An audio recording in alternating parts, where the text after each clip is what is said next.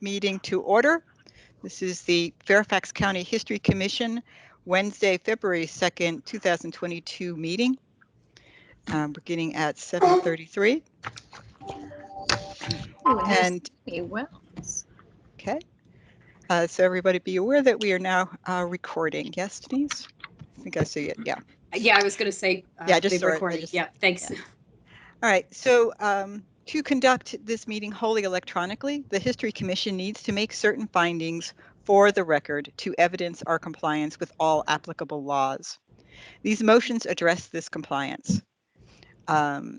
First, I'm going to conduct a roll call and ask each board member participating in this meeting to state your name and your location. I ask that each of you pay close attention to ensure that you can hear each of your colleagues. Mary Lipsey. Okay. Don't see her. I'll come back. Oops. If you all could please mute your. That should reduce that feedback. Cheryl, Mm-hmm. this is Mary. Hi, Mary. I have such a small little box here to try and figure out if my camera is on or not. This has happened to me in recent meetings. I can see the top of your head. Okay, all right. There you go. I don't know if that's any better, but okay. No, that is your full lovely face. Thank you. Okay, all right. We can see you now. We can see you. All right. So Mary, actually, I just called you. Your timing is perfect. I'm Mary called... Lipsey. I'm here in Springfield for Braddock District. Awesome. All right. Gretchen Boliva is excused. Carol Herrick. Carol Herrick, Drainsville. Subi Madi. Subi Madi, McLean, Drainsville District. Elise Murray. He's not with it. Yes. Murray, getting my lighting set up from down at the end. Okay, thank you. Barbara Naif. You're muted, Barbara. There we go. Okay, Barbara Naif in Reston, Hunter Mill District. All right, Ann Stuntz. I'm here, Ann Stuntz in Hunter Mill District. What are you doing? Steve Sherman. I think I heard Steve's voice. Steve Sherman in Franconia, Lee District. Thank you, Steve. Phyllis Ford. Phyllis Walker Ford, Clifton, representing Lee District. Thank you. Barbara Peters. Barbara Peters, Annandale, Mason District. Ann Barnes. Not here, Elise. Oh, that's a good point. Elise, can you speak up again? See if Barbara can hear you.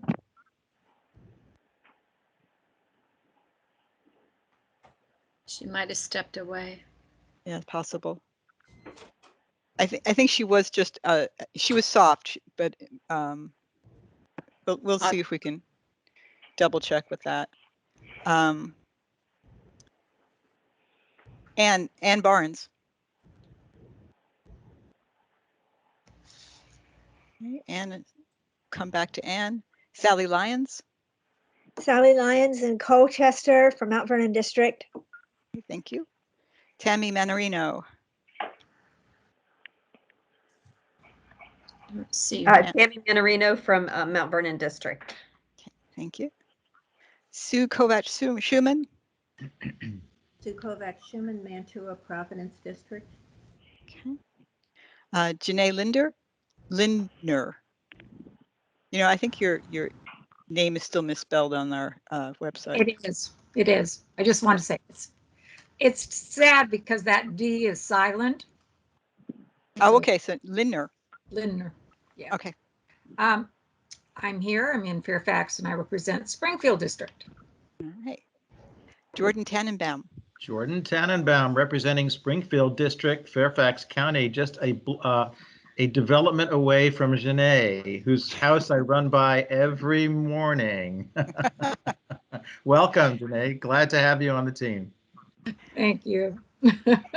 Esther McCullough. Esther McCullough, Sully District. Okay. Robert Beach.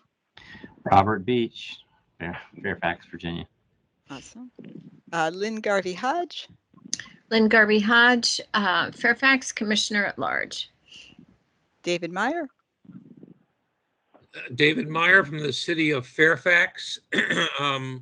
We are so close to Jordan Tannenbaum's residence that we are tantalizingly close to annexing his house. Whoa, then you couldn't be on the commission anymore, Jordan. That wouldn't be good.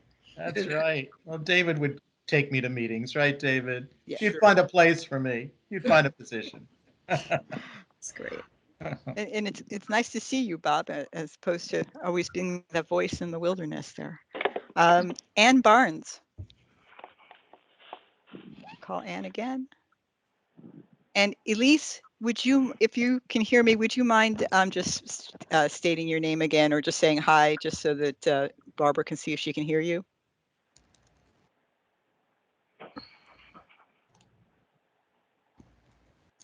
I don't see her name on the list. I had a hard time hearing her, and also Sue was very soft. Okay. So Sue, if you just make sure that you get close enough to your mic when you speak. Often that's just the case. That's one reason why I use the headphones. So I have headphones, but I threw the cat off my lap. That will be easier. there you go. Was that better, Esther? Okay, good. And we'll, anyway, I'm going to hand my gavel over to my vice chair, Lynn Garvey, Lynn, so that I can make the appropriate motions. I move that the History Commission certify for the record that each member's voice may be adequately heard by each other member of this board. I second the motion. Thank you. All the, sorry, go, Lynn, do you want to call the Sure. vote? Sure. All in favor? Aye. Aye. Okay, so carried. I oppose. I still haven't heard Elise. Yeah, that's a reasonable opposition, opposed there. We're going to carry the motion. Well, then up to No. you, really. Well, what do y'all think? Should we carry on? We can, do we- I'll send her a text Okay, and she can um, check in when, and see if she. I if- see her up there. She's trying to get on. I see her. Oh, And you we do? have, can't we have see. quorum without Elise, right? Mhm. Yes. Yes. Okay, so we're Oh. safe on that account. Yeah, but the motion does specify that we can hear, everybody who's, yeah. And Barbara's opposition is well-founded. So Definitely. why don't we come back to this motion and we'll just proceed and then we'll come back to it. Second, I move that the History Commission certify that the state of emergency caused by the COVID-19 pandemic makes it unsafe for this commission and the public to physically attend this meeting in person, and the usual procedures cannot be implemented safely or practically. As a result, I further move that the Fairfax County History Commission conduct this meeting electronically through a dedicated video and audio conferencing line, and that the public may access this meeting by calling 1-571-429-5982 and entering the access code 208-742-863#. Second. Second. Go ahead, Lynn. Lynn. Okay, so all in favor for this? Aye. Aye. Aye. Okay, so carried. All right, I see Elise has her hand up. Elise, Yeah. you want to go ahead? And we also have a guest named Dee Dee Carter. Mhm, yeah, but Uh, Elise, Denise, can you make sure that Elise is unmuted? Yeah, at least can you type in the chat if you're, if there's a specific problem? I'm going to continue with that the other motion, and then we'll come back to the first motion. The need to dispense with FOIA's usual procedures to ensure continuity in government. Finally, I move that the History Commission certify that the matters on this agenda today relate to the COVID-19 emergency itself, are necessary for continuity in Fairfax County government, and or are statutorily required or necessary to continue operations and the discharge of the History Commission's lawful purposes, duties, and responsibilities. Second. Okay. All in favor? Aye. Okay. All opposed? Please ask for oppositions. Yes. Okay. Cheryl, you didn't call for staff present? I haven't yet. Oh, okay. Okay. Yeah, so Elise has just typed in, I am unmuted. I'll sign off and see if she's going to try to sign off and sign back in again. I suggest that you call in, Elise, if you can't actually sign in on the computer. Sorry about this. It's okay. I will ask staff members to make sure that we can hear them. I saw Amy, Amy Wells. Yep, Amy Wells. I'm here in Fairfax City. I don't think I'm Jordan's and David's neighbor, but closer than some, I suppose. But we'd like you to be. We'd like you to be. I'm in the city. What more can I ask? Yeah. You're David's. You're David's, right. And let me see who else is here tonight. Sarah Petrov, I want to welcome Sarah. If you want to say hi to everybody, Sarah is the new, I'm sure Stephanie was planning on introducing her actually, but Sarah is with David Bukta's group. Sarah, can you say hi? Hi, everyone. Can everyone hear me? Yes. Yes. Great. Can everyone see me? And we do have Stephanie as well. Yeah, I just wanted to give a brief kind of introduction, if that's okay, if now's the time. I think might as well, since we're trying to sort out other technical issues. Go ahead. Yeah, sure. So Sarah Petrov, she joined our team a few months ago as Heritage Conservation Technician. She has previous experience as visitor center staff at Meadowlark Botanical Gardens, and was a historic intern with Green Spring Gardens actually before coming on board with us. So Sarah's work will, with the Heritage Conservation Branch, will support the curator program, historic sites volunteer corps, and other projects as they arise. So we'll be taking turns attending this monthly meeting here to share our updates. Good. Welcome. You're welcome, Sarah. While we're waiting, who are our guests? Just let me finish. Okay, and Chris Barbershop, you want to say hi? Okay. Just make sure we can hear you.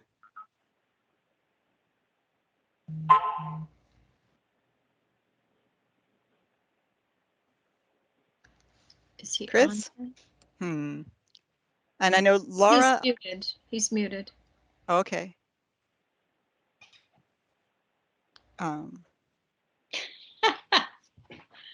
But Elise is back in, it looks like. Yeah, Oh, I see Chris is unmuted. Okay. Yeah, How about Chris is unmuted. Chris, can we hear you? He still looks muted on mine. And Laura had her hand raised. Hand up, right? Yes. So, yes, so I Laura think she might have. I don't even see Chris on mine, so. Go ahead, Hi, Laura. Hi, I'm Laura Arsenault. Can you hear me? Yes, Yeah. thank you. Okay, Hi, great. Laura. Hi, I'm Laura Arsenault. I'm branch chief with the Heritage Resources and Planning Plan Review in the Department of Planning and Development. Yeah, so Laura is going to be an invited guest tonight. She'll be making a presentation in just a couple of minutes, we hope. I thought Laura was going to help with the technical issues. I can do that too. What do you need me to do? I'm happy to do that. We do. So Chris is muted. I mean, Chris is unmuted, but we can't hear him. At least I'm not sure whether we can hear her at all. At least could you try chiming in again? Elise is muted on mine, Denise. Sorts I of don't know why. issues tonight. Okay. It's just something in the atmosphere, right? Right. Solar winds or something like that. Chris, can you call in? I'm sorry. Let me know if you need the number. I'll drop it in the chat. And I see Elise's, she's unmuted for me. She's unmuted for me too. But I can't hear her. Elise, can you say hi? Let's see if my headphone works. Yes. There.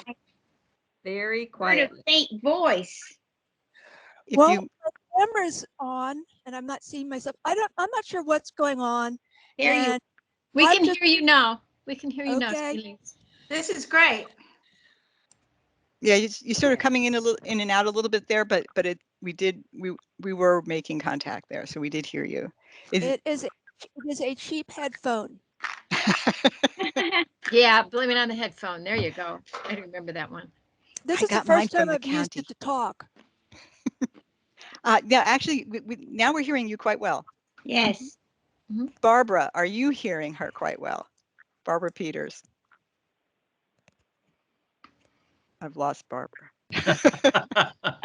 Barbara's muted. Barbara's muted. Muted. Is this a Saturday Night Live segment? Yes, I am hearing Elise, and I am glad, and I'm sorry to have No, it's perfectly questioned the appropriate. issue. Okay, so let me go back to that motion. I move that the History Commission certify for the record that each member's voice may be adequately heard by each other member of this board. And I second the motion. Okay, all in favor? Aye. Aye. Any oppositions? Okay, the cold open is done. All right, yay. All present and accounted for. Thank you so much. Motion, everybody in agreement, right? Yes. And thank you everybody for your patience. We do have a couple of guests. So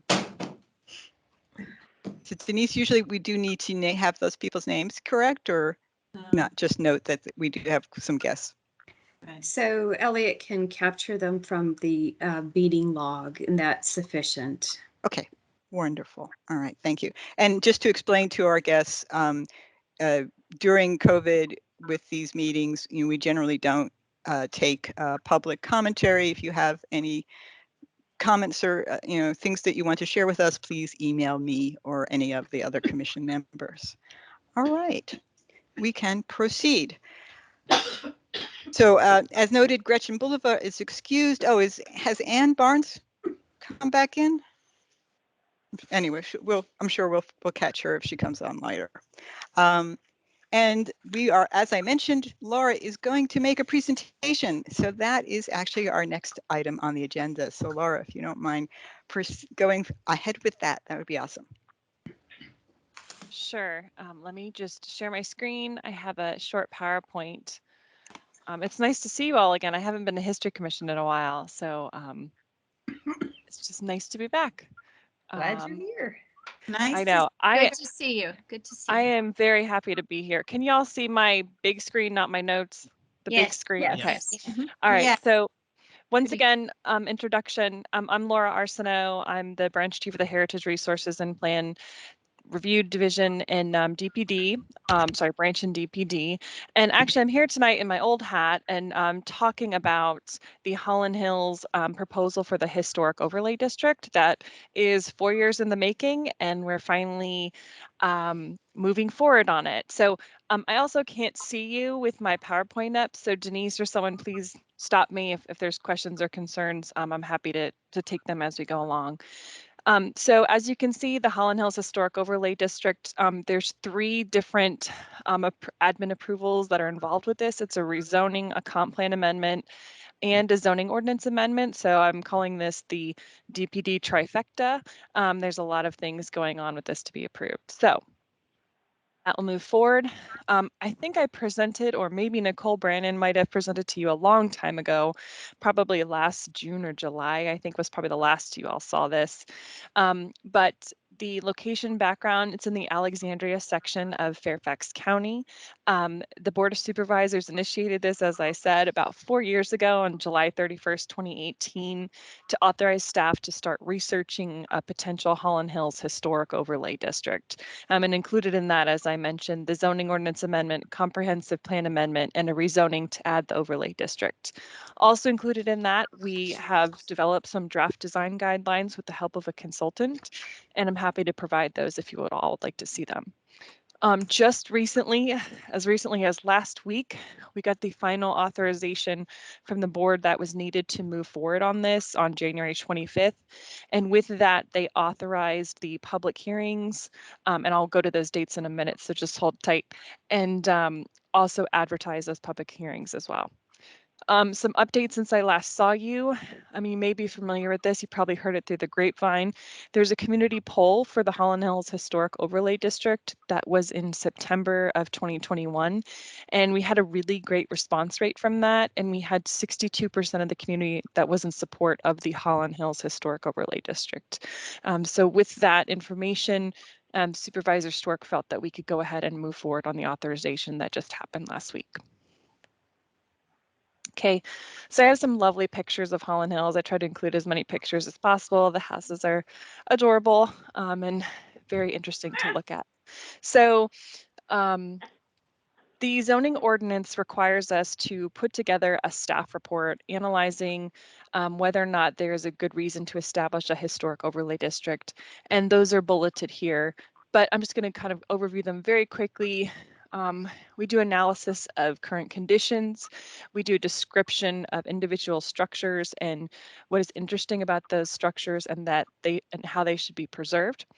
We recommend contributing and non-contributing properties, as well as potential historic overlay district boundaries. We also look at adverse effects and what could negatively affect those properties. Again, we look at design guidelines as well and develop those, and then have the zoning ordinance and comprehensive plan amendment. Here's a map, and I know the map is a little blurry, and I apologize for that. It's always hard to fit all 492 properties on a PowerPoint screen. I'm happy to send around another map. Well, actually, the staff report's being published tomorrow, so I'm happy to send that link around once it's available. There are 492 parcels in the proposed Holland Hills Historic Overlay District. 468 are privately owned. Those are the ones in red. 14 are owned by the local civic association. 8 are owned by the park authority, and 2 are owned by the board. The existing land use is primarily residential, and the underlying zoning is primarily R2. So when we looked at the zoning ordinance, I'm sorry, there's a lot of words on this page, but what it basically says is there's standards in the zoning ordinance similar to the National Register nominations for how we determine whether or not the historic overlay district is, or I'm sorry, the neighborhood is worthy of a historic overlay district. And so one of the sections that there's 8 specified criteria in order for the board to determine that. And the one that we felt most applicable to Holland Hills was the 3rd criterion, which is there on the bottom left in italics, but embody the distinctive characteristics of a type, period, method of construction, represent the work of a master, high artistic values, or represent a significant and distinguishable entity. So we decided that that was the most one that was relevant to Holland Hills, and that we felt it possessed high artistic values by exemplifying contemporary style architecture, and it represented a distinguishable entity whose components may lack individual distinction because of the unique planned visual and physical relationships between the residential structures. So we think it's important for the architecture and also for the planning and layout of the community. Staff looked at the period of significance and concurred with the National Register nomination that exists of 1946 to 1971. Some features that we thought were very important were sculptural brick chimneys, large expanses of windows, roof styles, including the butterfly roof shown in this picture, the preservation of the natural landscape topography by selecting minimally invasive building, and also the contemporary style architecture. So once again, back to a map, lots of maps. We have 492 parcels within the historic overlay district, and staff made recommendations on each one, whether or not we felt they were contributing or non-contributing to the historic overlay district. In the end, we determined that 454 were contributing, those are in purple, and 38 were non-contributing properties, and those were in gray. So once again, the boundaries that we looked at, the map on the right in orange is the national, with the red line is the National Register boundary, and the properties in blue are the properties we looked at for the expansion. And those included 8 parcels owned by the Park Authority, 2 lots owned by the Board of Supervisors, and we decided those would be non-contributing properties to the historic overlay district. Staff also looked at 2 lots owned by the Holland Meadows Swim Club, Holland Meadows Swim and Tennis Club, and also the Holland Meadows Elementary School, but determined we did not want to include them in the historic overlay district. Staff looked at a number of adverse effects that could potentially affect the integrity of the district. Those would be partial and complete demolitions, new constructions, additions to residential dwellings, swimming pools, and the inclusion of fences on site. We have draft design guidelines, as I mentioned earlier, that were updated in January 2022. They're included as a reference document in the staff report that will be published tomorrow. And the Architectural Review Board will have final approval authority over the design guidelines if the board adopts, the Board of Supervisors adopts the Holland Hills Historic Overlay District. Once again, just touching on the administrative part of this, the zoning ordinance amendment, there will be a new HOD section for Holland Hills specifically. Most of the regulations defer to the underlying R2 zoning district, which includes setbacks, density, that type of thing. And there's very minimal changes happening to that. The only big change is that we are limiting the height of all principal structures in the historic overlay district to 35 feet. And the big change for that would be if, for example, if there was a church or institutional building that came in, they would not be able to be higher than 35 feet. The comprehensive plan amendment is mainly an administrative amendment. We will be adding proposed language that would reflect the Holland Hills Historic Overlay District if it's adopted, and update inventory listings, maps, and figures. The rezoning would add the Holland Hills boundary to the zoning map, and it's as simple as that for the zoning part. Here's a little bit of a timeline for you. Tonight I'm here presenting to you all. Today, tomorrow, the staff report will be published. We're looking at next week going to the Architectural Review Board for action on the potential historic overlay district. We're looking to go to the Planning Commission on February 23rd at 7:30 p.m. That's a Wednesday night. And then finally, we're looking to go to the Board of Supervisors for action in the public hearing at 4 o'clock on March 8th, 2022. That's a Tuesday. And lastly, we will look at the ARB approval of the design guidelines if the board adopts them on March 8th. So with that, that's the end of my presentation. I'm happy to take any questions that there may be. Laura, this is Jordan. I have a question. Is Sure. there any opposition to this in the community, or outside the community? There's always been both sides presented at the table. We had a work group that we had people in support and opposition with questions about it. We also had the poll. Like I said, there was 62% in support, but that also means there was, I'm not really terrible at math, 38% that was not necessarily supportive of it. Since this is a multi-faceted proposal, there were people were against it for a number of reasons. For example, some of them didn't like the design guidelines. Some of them didn't like the determination on their home for contributing, non-contributing. But there is, from what we understand, there is some opposition from the community on this.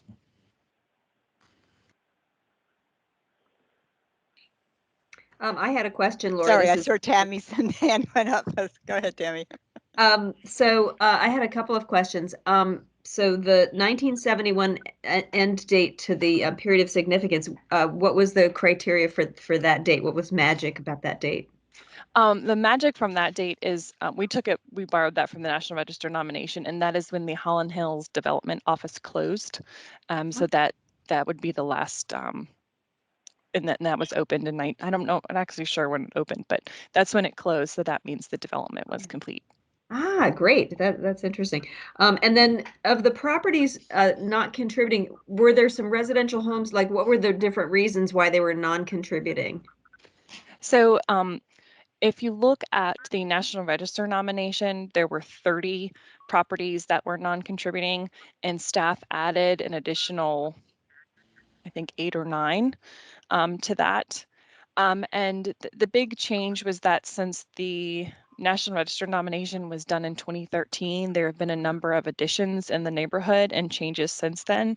And also, the second piece of that is staff had a little bit different criteria in how we determined which structures were contributing and non-contributing that differed from the National Register nomination. So, and that happens with different groups of researchers as well. So. Right, that makes sense. And then one final question. So if the pool and the school are outside the historic overlay district, they could exceed that 35-foot limit. That's correct. Mm-hmm. Okay. All right.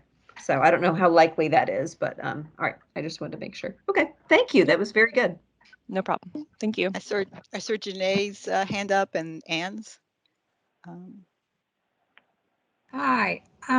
I just wanted you to be aware I am on the redistricting advisory committee. We are looking at districts as well as precincts, and Holland Hills is a precinct that we're looking at. Basically anything that's Confederate or had slaves. So I will be sure to let them know about this big project that's going on. It's certainly not yay or nay, but I just wanted you to be aware that it had been brought up. Okay. Yeah. Janae, isn't it Holland Hall that's the precinct rather than Holland Hills? I know there's a lot of overlap in history between the two of them. You're right. You're right. I think so. And Holland Hall has its own. Yeah, it has its own history. That's a 75-year-old community. So, so that is. I actually have a booklet on that. If you are interested in, I have a 75th anniversary booklet on that. But anyway, but that's a different topic. Yeah, it's good. Thank you. Janae, yeah, the neighborhood is named after Holland Hall, which I don't know if you can see the map I have up still, but it's in my cursor, but it's in, it's in this, it's kind of to this, the south. It's this big parcel right here. That's Holland Hall. Yeah, and that's a later Holland Hall too. I'm not sure when that was constructed. Tammy, early 20th century? Right, that's early 20th century, but there is an existing piece of the original Holland Hall that is across Sherwood Hall Lane from there that is the spinning house, and that is 1700s, and that's been modified over the years, but that still exists on a big parcel of land. So Holland Hall, the plantation covered both sides of Sherwood Hall Lane there, or it was the Accotink Turnpike. Subi. Yeah, thank you. Laura, that was a very, very crisp presentation. I really appreciate it. I have a very elementary question. It's really educational for myself. How old does a district have to be considered historic? That's a great question. And in the historic preservation field, it's highly debatable. One of the kind of standards we go by, it's a good recommendation and guideline, is the National Register of Historic Places to be put on that list. It usually has to meet a criteria of 50 years. So we look at that, and it's crazy to think about it, but 50 years from this year is 1972, which actually means this whole neighborhood is older than that. I will caveat that there is a principle that if it's achieved significance within the last 50 years, you can add it to the historic overlay district. But one of our, and I'm sure Denise will agree with me, is one of our big advocacy efforts is to keep redefining kind of where that where that boundary is. And I think one of our big pushes is looking at modern and contemporary history in the county, and not just the George Washingtons and Mount Vernon. So if 50 years is a threshold, I feel very historic. I know, I always tread lightly when I say that. I understand that. It's like I said, it's a general guideline that we use, and the National Register is federal regulation, so it kind of helps give us some credence to that. But yeah, we try to go by that. But if it's exceptional, for example, Reston and Lake Anne, that was under 50 years when it was nominated to the National Register of Historic Places. So there are exceptions to the rule. I think as a human, we have to be 100. Sounds about right. I had a question. I was going to say, Anne, go ahead. What was And then it Barbara. now? So Laura, thank you for that. It's always wonderful to have you here. The question I had was on the poll. You said it had a good turnout. So what makes it, what percentage is good? What'd you get? We had about 82%, and I will credit that a lot to the community and doing outreach for that. We also had a really great website that we used, Public Input, which if you get a chance, I can send a link to Denise and we can send that out as well. But it was very helpful. We also did a hard copy letter and a hard copy poll to the community as well to try to get as many votes back as we could. Well, what a good combination. It really worked. Yeah, no, it really worked well. We had like I said, a really great response. Completely exceeded my expectations. So I'm happy with that. Good. Well done. Barbara Peters and then Jordan. Okay. My question is the 32% that objected, what were some of the issues and what is the impact of the historic overlay district on those people if they had objections? Yeah, as I mentioned earlier, the historic overlay district is multifaceted pieces. So we asked for a vote that basically said yes or no, but didn't, and there were some comments, but we didn't get, for example, reasoning why. If you said no, why did you say no? Some of the comments though we received was people thought the design guidelines were too restrictive. They didn't agree with some justifications that we had made on the contributing and non-contributing structures. They were against some of the parkland being included in the boundary. So there was a very wide range of why we think people did not support it. But the other thing is that the biggest change to an individual property owner is that when they come in for anything that requires a building permit, is they will be required to go in front of the Architectural Review Board.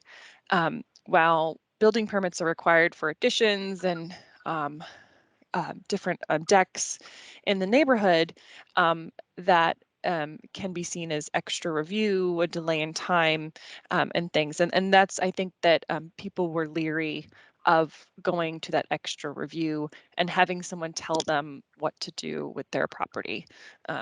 So I think that was another big, probably the biggest factor, to be honest. Thank you.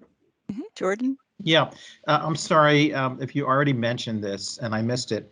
Is Holland Hills on the National Register or is it just eligible? You did not miss it, and I should have said that, but yes, it is on the National Register of Historic Places. It was put on in 2013. So in that process, don't they have to poll the individual properties and if they get I get the way it works, I think, is if they get a majority of the people who don't want it on, then it doesn't go on the register. Is that pretty much the way that process works? You know what? I'm not exactly sure. I thought because it was an honorific designation, I'm sure they alerted the community. I'm not sure, to be completely honest.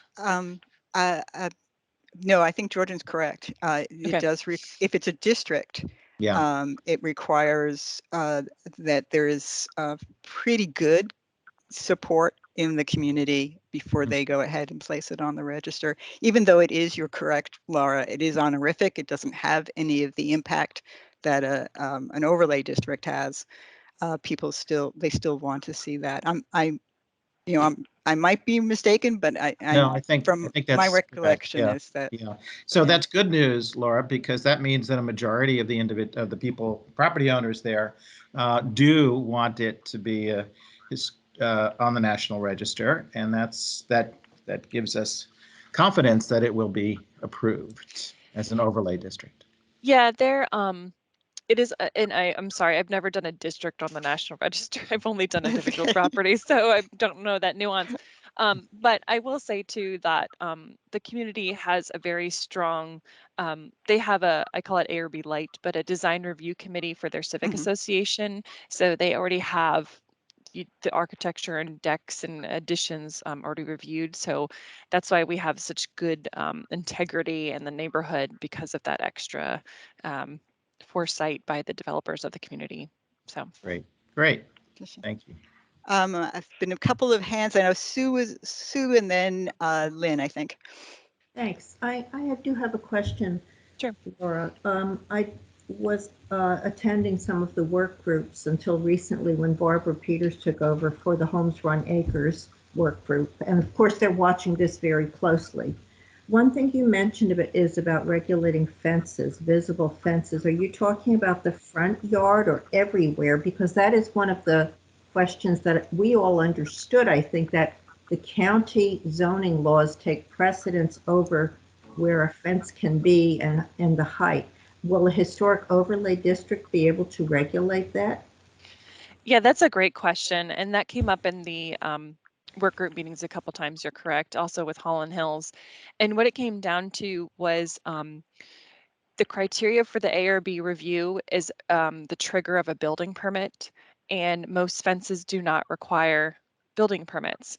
And so if that's the case, we have no kind of regulatory authority over them, because we would never have the triggered review come in to the ARB.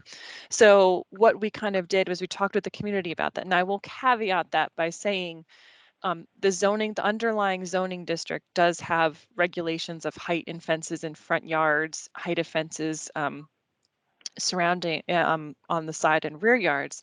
However, that will stay in place.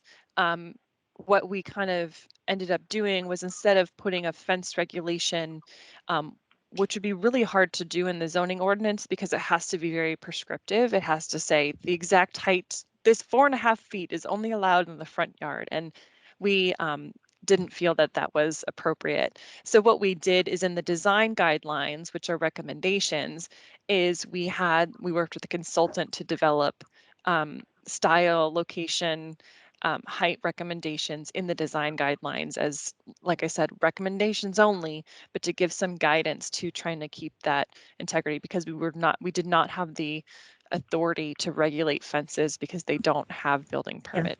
Thank you.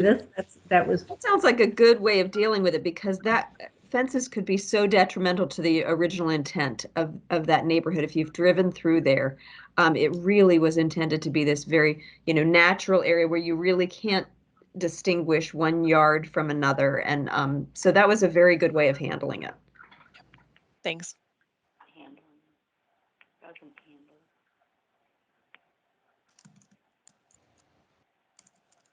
Cheryl, you're muted. Sorry, sorry, I was wondering why Lynn wasn't responding. Lynn, you have your hand up. I do. And I don't think I heard this, Laura. By the way, this was a lovely presentation too. I agree. And I'm very fond of Holland Hills. I know the mid-century look is very common for some of the younger people now when they're shopping for a home. So I'm wondering, just out of curiosity, what does this historic overlay designation do to them property values? Does it increase it? Is it just kind of neutral? What does that tend to do? Do you have any info on that? That was not part of our analysis with the historic overlay district and the I zoning ordinance. It was, but I just thought you might know. I don't have definitive answers, to be completely honest. In our research, we did we had some more questions from the community about insurance values and the designation of historic houses, you know, and what that would do to insurance values. And we worked with some people at the National Trust and their insurance program to kind of do some case studies on that and provided that to the community. There are some larger studies out there about property values and historic overlay districts. I'm hesitant to speak on that. Yeah, because it's I'm not not really your out there on that, purview. but there's a lot of good studies, and I'm happy to give you some of those resources if you're interested. Sure, send me a couple links. I'd like to Sure. know, especially for you know, folks in Clifton. Sure. I see Jordan and Barbara Peters, you still have hands up, or is that just? Yeah, that's a mistake. Sorry. Okay, no problem. Just double checking. Barbara? All right, yeah. Anybody else have any questions? Especially since I'm not sure that I can actually see all those. Yeah, I have to scroll down. So if I've been missing you, that's my apologies. So Cheryl, one last request, and I should have mentioned this in my presentation, is I am looking for a letter of support, if that's the case, from the History Commission before the Planning Commission hearing on the 23rd. That would be very helpful. Of February, all right. So we would have to make a motion this evening for that. I'm happy to make that a motion, that motion being from the Mount Vernon District. I move that we write a letter in support of the Holland Hall Historic Overlay District. I second. Can we correct it to Holland Hills? I'm sorry. Holland Hills, I know, it's okay. I said I've done it already twice today, and I corrected Jeanette. So you know, it happens all the time over here. Holland Hills. I just want to correct it for the record. That is friendly amendment. Yes, thank you. You're welcome. Okay. Do we have any discussion about this motion to send a letter of support in favor of the Holland Hills as overlay district? So moved. Was that a motion? Was that a motion, Chair? No, I wasn't moving. I was just restating Tammy's motion, and I was just asking if there was any discussion on it. All right, doesn't sound like there is any, in which case I will call the question. All those in favor say aye. Aye. Aye. Any opposition? Any abstentions? Motion passes. All right, there you go. We'll anybody want to volunteer to help draft that letter of support? I can help. Okay, thank you, Tammy. Great presentation, Laura. Great. Yes, Really thank you. It was nice to be here. I feel like I could do it in my sleep at this point after 4 years. So, but if you feel so inclined, Planning Commission once again is on the 23rd, and the board is on March 8th. And this is a really exciting effort for historic preservation in the county. So we're excited to move forward. Do we have any commissioners that actually live in Holland Hills or have? I don't think we have any. No, I was going to say, did Edith Moore Sprouse, did she?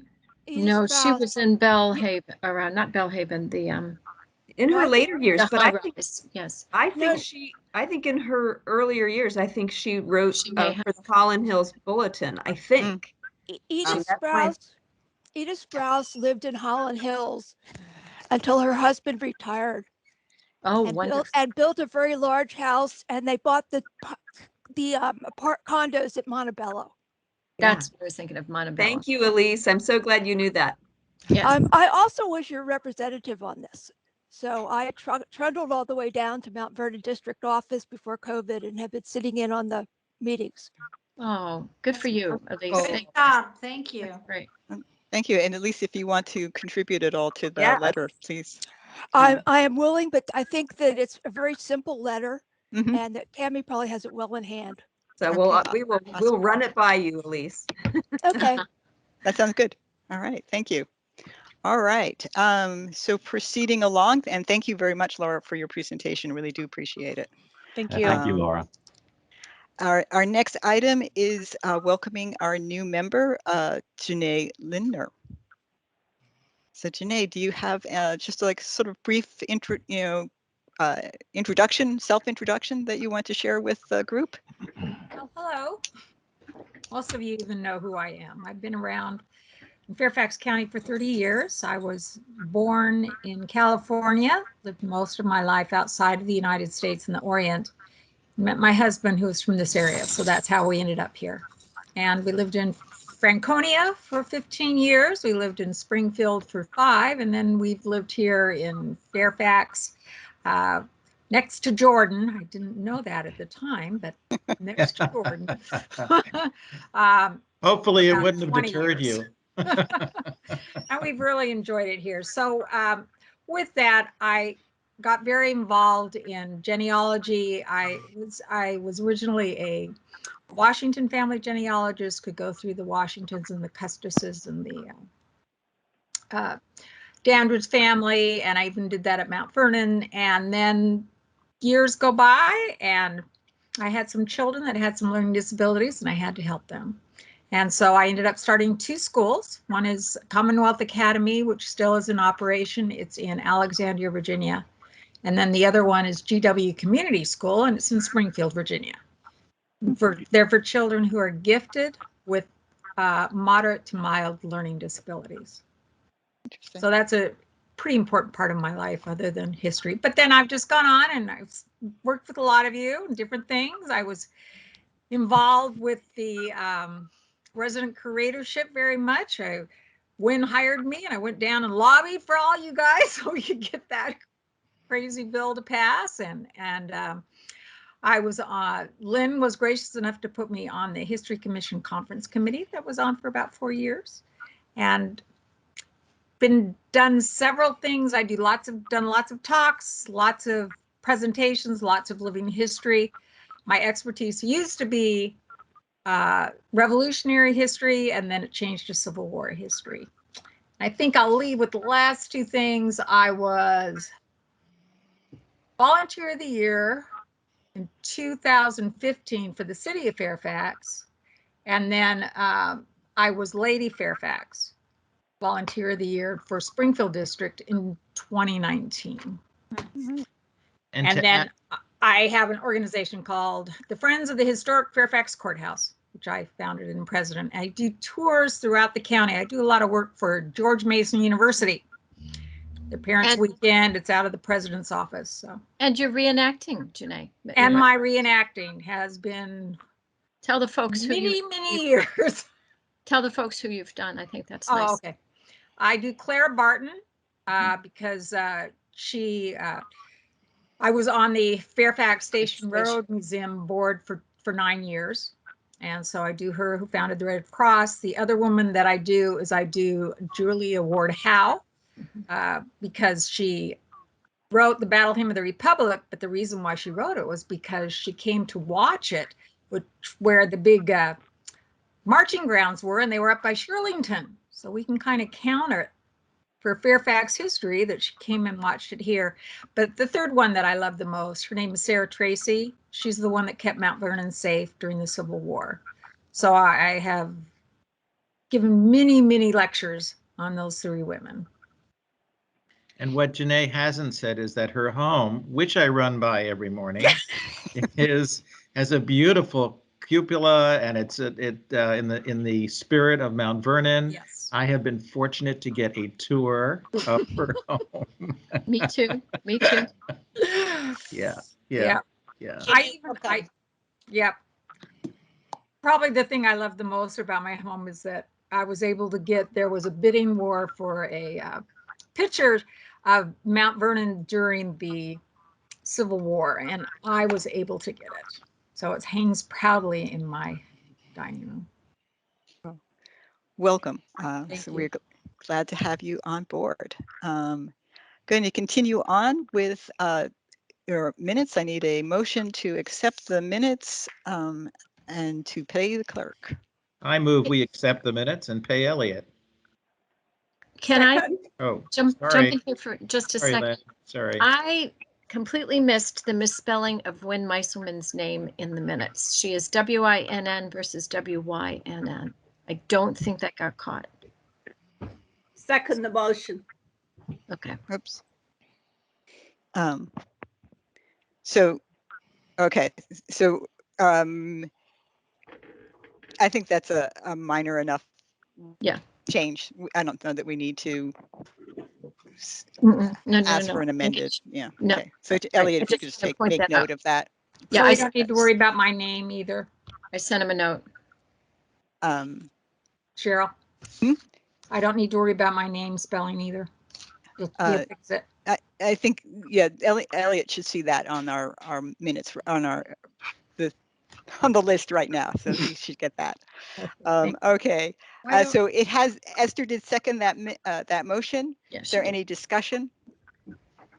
Just that we said. Okay. Hearing none. All those in favor? Aye. Aye. All those opposed? Any abstentions? Motion passes. So the minutes are approved, and just those couple of spelling changes. All right. Treasurer's report, Sue. This is very simple this month because we have paid the clerk, and that's about it. I don't know where the creative little accounting extra digits, extra numerals came that I'm seeing on the official minutes, but I know they were not on the report that I submitted, that 11 cents and 21 cents of a cent, whatever. We have a balance of $57,295.11. And 91 cents. And the Park Authority History Conference balance carryover is exactly what it was last month. That's it. So yeah, that has something to, I don't know how those got in there either, Sue. Don't worry, that's not official. If you're looking at the document I send out, this is really an informal document. What you sent is what Elliot gets, and we'll attach. Okay, I don't do creative accounting. I just do straight up. Yeah, sorry. Darn. There were a few too many digits in those numbers. Yes. I didn't see that. Sorry. All right. Any discussion about our treasurer's report? Okay, moving along, then we'll move to our first staff report. Amy, you are up. Good evening, commissioners. Hi. Happy 2/2/22. I wrote it 2/2. Yeah. So I will just quickly run down what I sent in, and I only have a couple little additions, but they're minor. So in January, this last month, we got approval from the ARB to go ahead with the demolition of the tenant house at Mount Air. If you're familiar with that building, it is almost demolishing itself at this point. So it will be taken down carefully, and our archaeology and collections branch staff will monitor that demolition. We did do archaeology before the ARB approved the demolition, but we'll still monitor it just in case when it comes down. We're also coordinating with our colleagues at the Natural Resources Branch for several ecological restoration projects for the next fiscal year. In my report, I said that review is ongoing, but I finished those yesterday. So finished those reviews, and we will strike that balance between protecting natural and cultural resources. What we find is those areas that have the most either non-native species or that kind of really scrubby undergrowth that rips at your pants.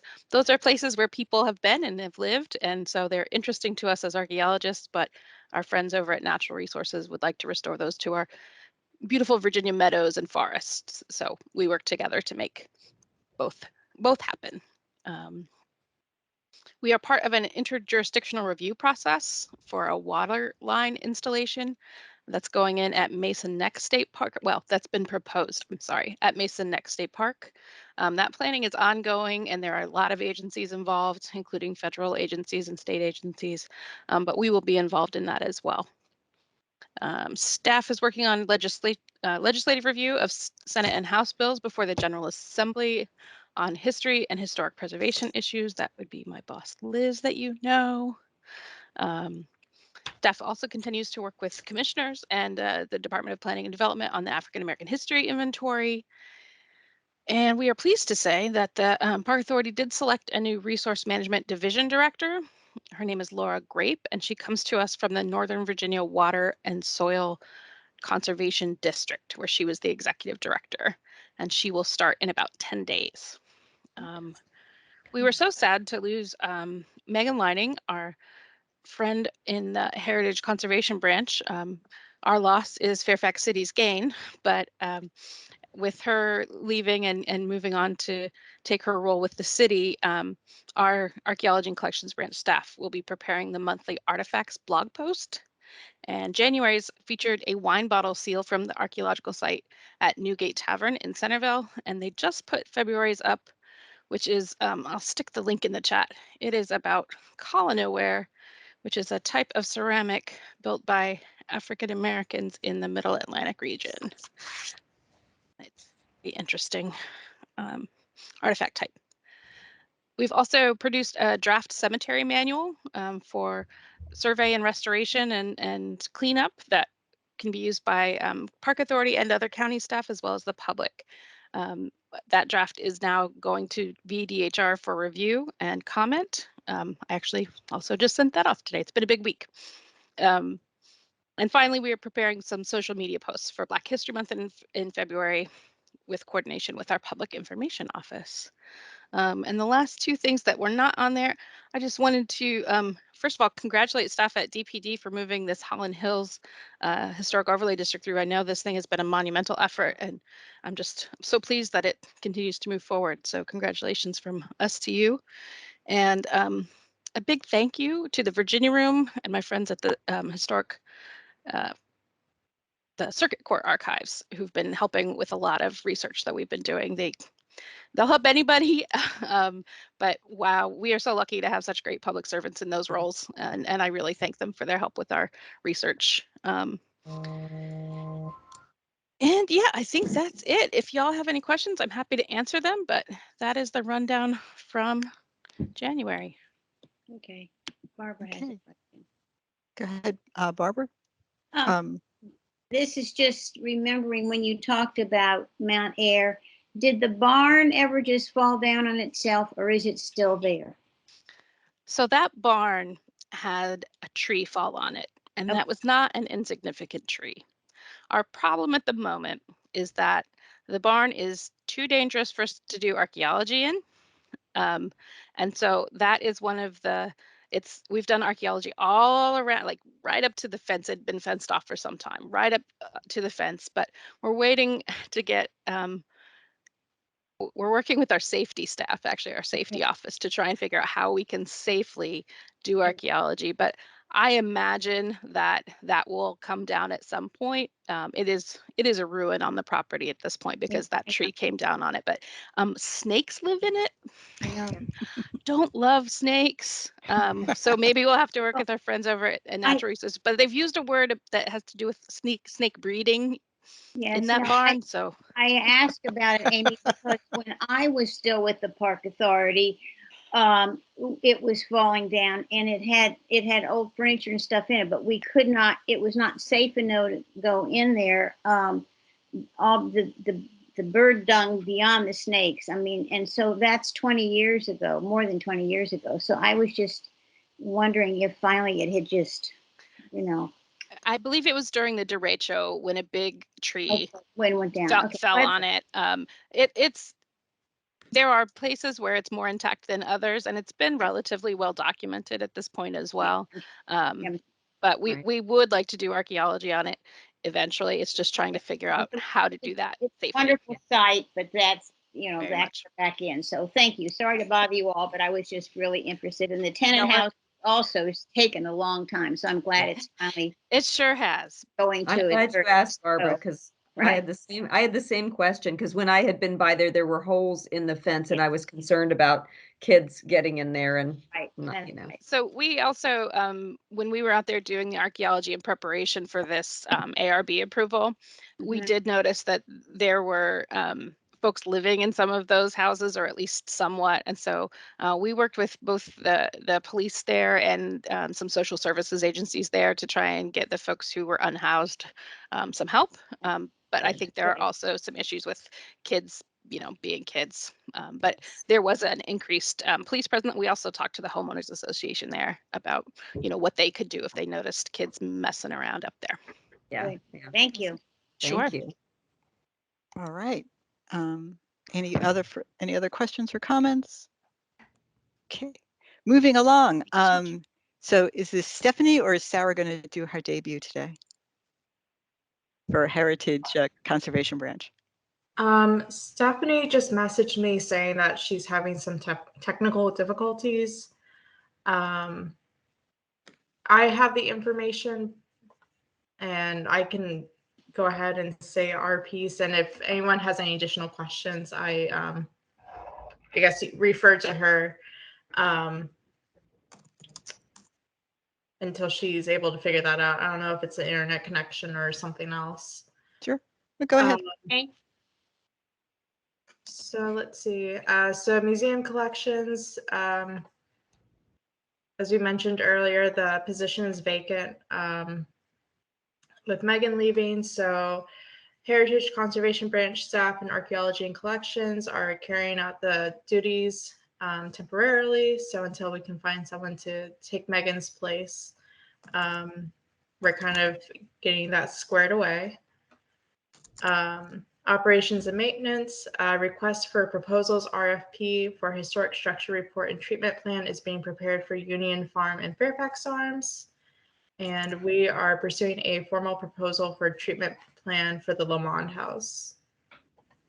And then for resident curator program updates, we have one application for Margaret White Gardens, and that has advanced to the evaluation team review. So a series of meetings will be scheduled in coordination with the FCPA's Public Information Office. The second application that we did receive for the property was retracted by the applicant. But I believe that is all the updates for our branch. Okay, thank you, Sarah. You Sure. did that fine. Does anybody have any questions for Sarah or for Stephanie? And you can ask, and we'll, if Sarah can't answer, we can always refer them to Stephanie later. All right, moving along then. Virginia Room, Chris. Hello, can you hear me now? Yes. Well, it's so weird. I don't know why I was doing that. So I'm not going to read the whole staff report, but the That's big exciting news is the Fairfax Herald digitization project is done. So every single existing issue of the Herald from 1886 to 1964 is now publicly accessible and searchable for the first time ever. It's on Virginia Chronicle. An added bonus is that the Library of Virginia decided to also digitize the Fairfax County Standard, which is a newspaper we have on microfilm, but it's never been indexed before. So it's kind of like a gold mine of researchers that hasn't been tapped before. So it dates from about the 1940s to the 1960s. So it'll be a great another mid-century resource for researchers. So I'm super excited about that. But that's the real big news. And the other news is if you've come to the library on Sundays and Mondays, any library, we've been closed. So we will be closed until April 1st temporarily, just on Sundays and Mondays because of the whole new, the recent surge in COVID cases. And we've had a staff shortage all across the library system. So that is the updates from the Virginia Room. Awesome. Chris, thank you. It's Mary. Can you send us the link to get to the Fairfax Herald? I will put it in the chat. Thank you. Awesome. Yeah, that's really exciting. Any other comments or questions for Chris? I'm back again. Oh, sorry, there you go. Barbara, go ahead. Yes, the Virginia Room offered a wonderful program, and there were over 80 people there, and it was Chris's and Lauren's presentation on the desegregation of the libraries. And so I just wanted to applaud him again and also say that Laura just when it was all finished, there was some very interesting comments from the participants. And Chris, tell me, this is the African American Genealogy Interest Group, is that right? Yes, special interest group. Special interest group. Okay. So Laura called on me to talk about the History Commission's AAHI just cold, but I managed to, I think, do it with some semblance of sense. And so that was a wonderful opportunity for 80 people to hear about what we're doing. So anytime there's an opportunity, we talk about it. So, but Chris, again, it's an incredible report, and we've had it in writing, but just to listen to it and see the presentation. And I think you can get it on YouTube, right, Chris? That's right. Yeah. So if you haven't had a chance or taken the time, it's 36 minutes or 30 minutes and 36 seconds, something like that. But it's worth every bit of it. So anyway, kudos to you, Chris. This is Esther. I attended also, and I really enjoyed it. And Barbara, you did a good job. Thank you. Yes. Janae? I echo the same thing. Chris, I've been working with the Germantown Cemetery people and gave them copies. We even went out and made copies. It's a wonderful, they love who's on the cover there. What is it, Mrs. Jolly? I believe was her name. I can't remember her name, but yes, yeah, I think it's Mrs. Jolly. They were pretty excited from Luther Jackson High School, the librarian there. So it was a hit. It was a big hit. All right, very good. Okay, going to move along to Denise. Sorry about that. Answering chats. That's okay. Okay, my report. So you all got it in advance. Happy to answer any questions about anything specifically. I did want to highlight one update, and that's that the History Commission bylaws, as you know, I keep telling you that they've been delayed, and they've been delayed again. The approval has been delayed because of internal reviews and processes. What we've decided to do is we're preparing a memo which will go to the board prior to the BOS hearing, which will allow the opportunity for board members to get more information or clarification if needed, because the Architectural Review Board and the History Commission updated their bylaws at the same time, and you both took different approaches to addressing the Section 106 process. So we're trying to explain that, and then also just trying to explain what the Section 106 process is, and why the need for the policy and or in the ARB actually incorporated their process into their bylaws. So trying to explain the difference between them, how you all approached it. So that is, I just wanted to give you some background as to why this is taking so long. Rest assured, we're moving it forward. It's just bureaucracy, maybe. So, but I'm happy to answer any questions about that. The other thing that is not in my staff report that happened this week is that I received a demolition permit approval for Mount Erin, which is in Lee District. Oh. And so I've alerted the Lee District supervisor and the Lee District representatives, and I've reached out to the applicant, which is a builder. So they've subdivided the property, and they're going to get us photographs of the exterior of the property, but it's by right. So darn it, I knew that, we saw this one coming from 2 years away. Yeah. So that is an inventory property, yes, and yes, yes, been around for a long time. One of the older ones that we have. So that's a shame. Well, I'm glad they're doing photos because they have not permitted anybody on the property since before 1990. I know for sure. Oh my goodness. Yeah, I reached out and they seemed, pretty amenable to having it photographed, not to us coming onto the property, but to photographing themselves. And they felt that it could be done by the end of the week. So I can update anybody who wants that update once I receive the photos. What a shame. Yeah, that is disappointing. Cheryl? Sorry. Sorry, any chance you can would they be willing to do interior photographs as well, or has that interior been dramatically changed? Well, it's not part of the process. I can go back and ask, but typically we ask for exterior well, typically we ask for, typically we ask for access. So we can come, and so I started with that, and that was a no. So, yeah, I mean, I can go back and see if they'll let us, if they will provide supplemental photos. I mean, they have access to the property. But it wasn't as close and personal. It was I think I was dealing with maybe an agent. Mm-hmm.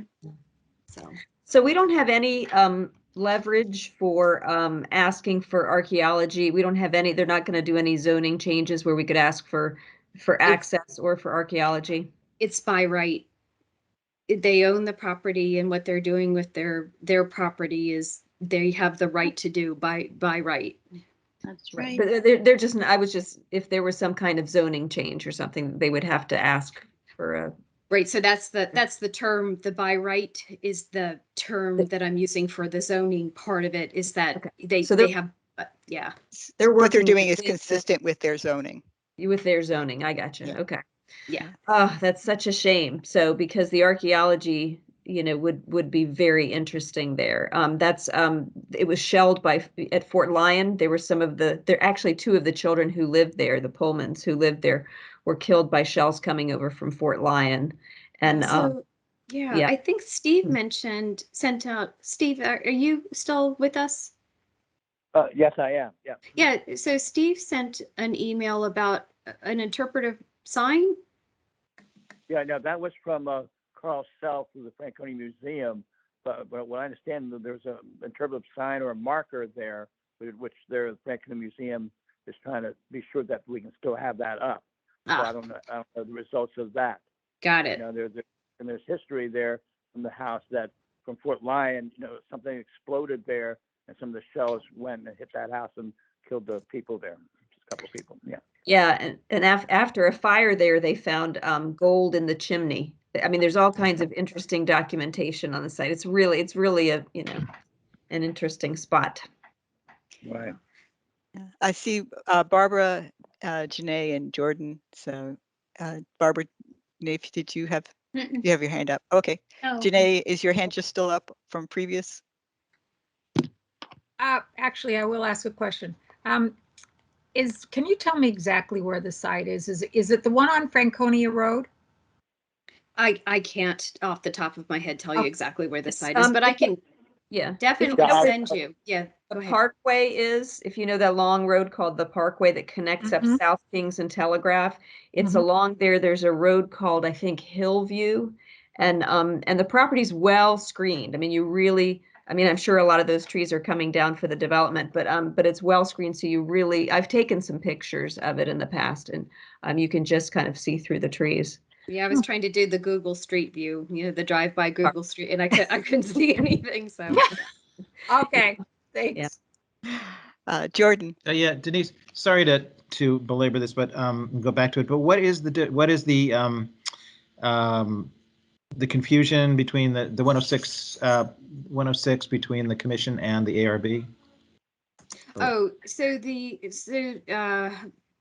when the commission adopted its 106 policy, they made it a policy, a standalone policy, and then they just referred out to the policy in your bylaws.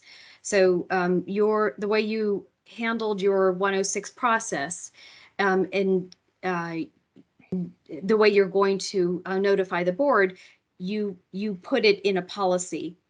The Architectural Review Board actually took their process and put it into their bylaws, so that it looks different. You all just refer out to your policy manual in your bylaws.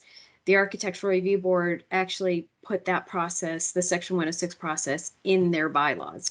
So they also use different words. Yes. Yeah. And if we have to change different words, we might want to use the IRBs. because Chris Daniel did a very good job. Okay. Better. He's on the He's, well, Chris writes elegantly. Yeah, and he's on the staff. Okay, yeah, might be something to think about, including that language, if that's a possibility. But okay, thank you. You're welcome. Yeah. But at this point, I still want to do it our way. Yeah, I was gonna say let's let the process work itself out first, and Yeah. if we'll come to that bridge if we have to. Yeah. Rather than undo what we've done. Denise mentions in her report the historic courthouse. The ARB sent their letter to McKay, and that then triggered my letter to go out as well a couple of weeks later. And we actually did receive a comment back from Chairman McKay, and I will put that all on the agenda for next month, I guess. I'll share the letter that was sent to us. It just came in tonight, literally this night. So so we can all talk about that later. All right, is that you were finished with your report, Denise? I was, yes. Awesome. All right, so we're going to move on to unfinished business, Fort Belvoir renaming. Tammy. All righty. Well, I have some answers to questions and some unanswered questions with Fort Belvoir.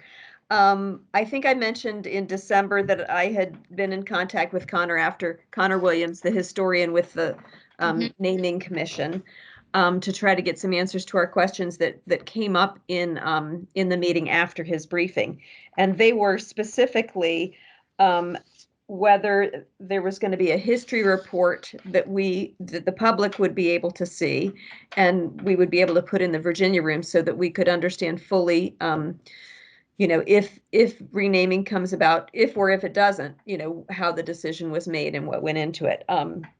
And that is still an unanswered question. I've encouraged them and said, we want to understand the process that you're using, and we'd like to see the history report. I have been providing a lot of information to the historian of the naming commission, and you don't know whether it's going to end up in the report. It's very hard with that being a closed process, which is the opposite of what we've been experiencing in Fairfax County and Alexandria, where these things are kind of coming out in public sessions and community discussions. This is, we just don't know what's happening.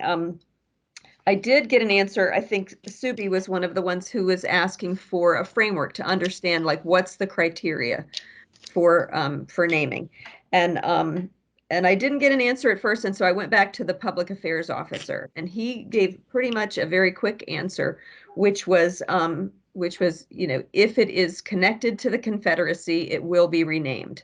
That's the only thing they can consider at this point, and so that is. That's the rules of the road there, but it doesn't mean that they couldn't make a recommendation for it later to be changed because of a connection with slavery. But for this period of time, that they won't change it if it's not proved connected to the Confederacy. So that's where we are on that. And I asked about timing, and they won't give any interim dates, only that they have to report to Congress on the 1st of October, 2022. So that is the only date that I could get out of them. In my discussions, Connor did come back, and he wanted to make some clarification. And I think it must have been, I provided him with the video, the publicly available video of our discussion. So he had to leave our meeting, I think, to put kids to bed. And but I thought it would be really helpful. He had asked whether we were going to take a position on Fort Belvoir. And I said, no, not at this time. We're not going to take a position, but you're welcome to listen to the conversation that the commissioners had about taking a position, because I thought it was a very good discussion. And so he came back, and this is what he said.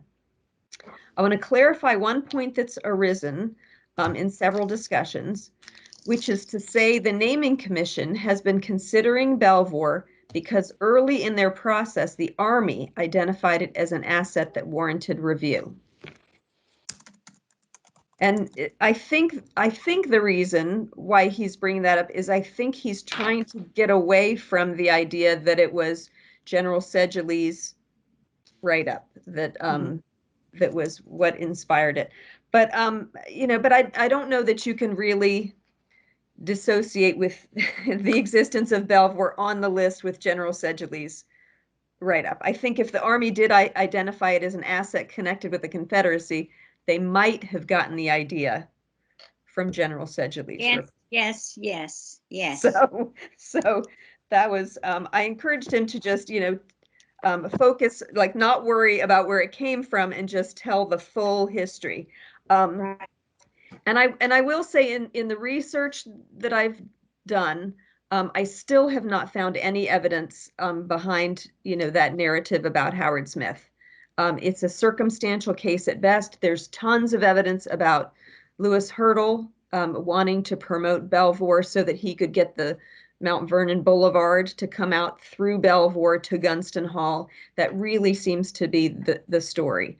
And I have encountered in my research, I'll just call them members of the community who are skeptical that the naming commission is going to get a straight story of the history. So that's where we are. I go back and forth every day about what we ought to do about this, whether we should write a letter to the naming commission, strongly encouraging them to issue their history report so it can be seen. One of the things I struggle as a Mount Vernon commissioner is the fact that in the public eye, the story that you get is General Sedgley's idea that it's connected to the Confederacy. In order to understand the story of Lord Lewis Herald's connection, you have to go in and see the archives. Like, these documents are not on the internet.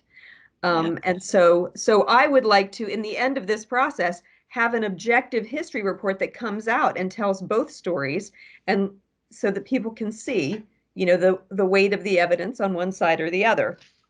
But I don't know how we get there, and I don't know that their report is going to get us there. So that's where we're at. So I don't really have a motion unless we want to move to, to write a letter to ask them to release their report at some point so the public can see it, or ask that they be more open with their process. I don't know what to do with this. We could, Tammy has done a tremendous amount of research. I helped with doing some of it. We have a kind of report that's been is in a stage of some kind. Yeah. And we could potentially move forward with that and share that with the supervisors here in Fairfax, at least locally. I don't know if we could potentially make it public in some fashion. I don't know. I have no idea. I'm not just spitballing. I don't know if anybody else has any ideas or comments, or maybe we shouldn't do nothing. Go ahead, Barbara. I'm just in support of what you said and what Tammy said. I think that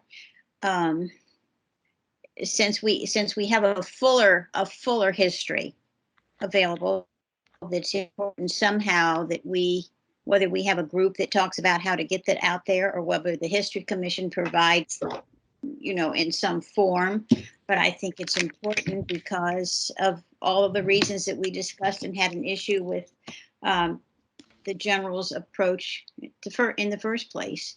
So it's not a full history. And so I don't think there's anything that says that we cannot provide somehow a history of the naming with this other information, because we don't have a closed system. So how we do it, whether it's in a letter, whether it's in a memo, or how we do that. But I think the fact that we have the information,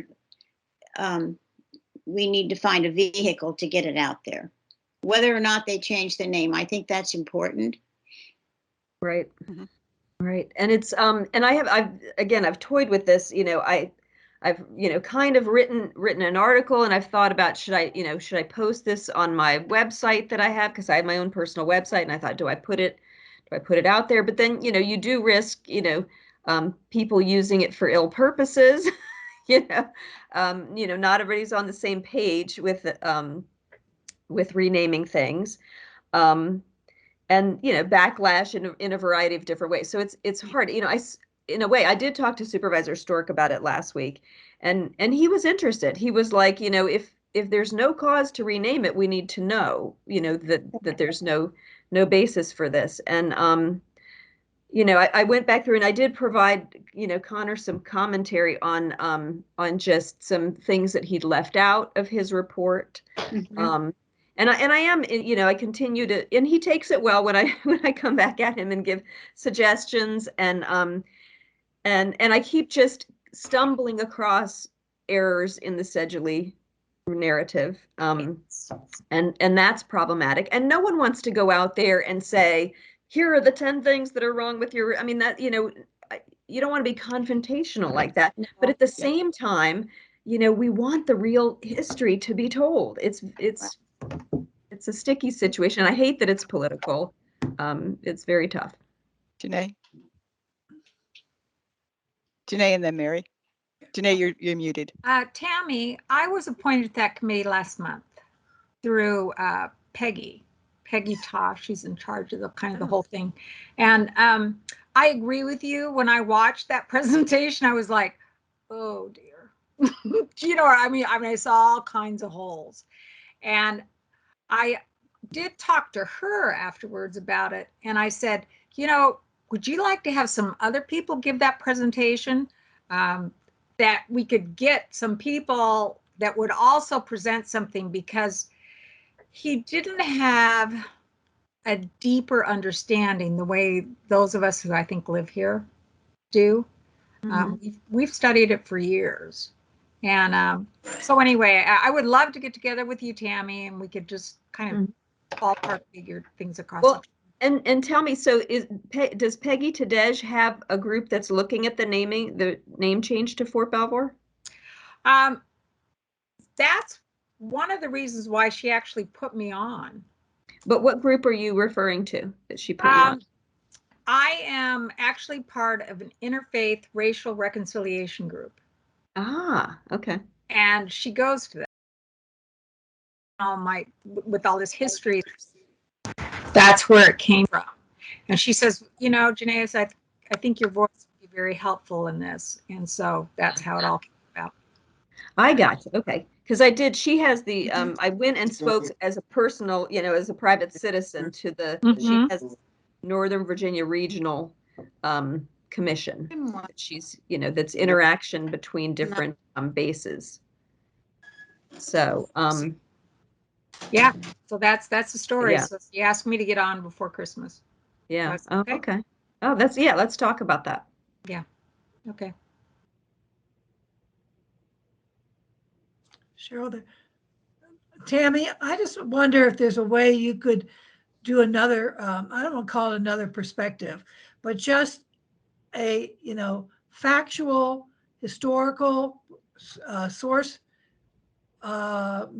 presentation to give to whomever is going to listen to it. Not say it's in contrary to another historian. It's supplementary to another historian, and just say, I have found this, and then say, it's open for discussion. If anybody would like to talk to me about that. So it's not confrontational. Right. It's just adding to the story.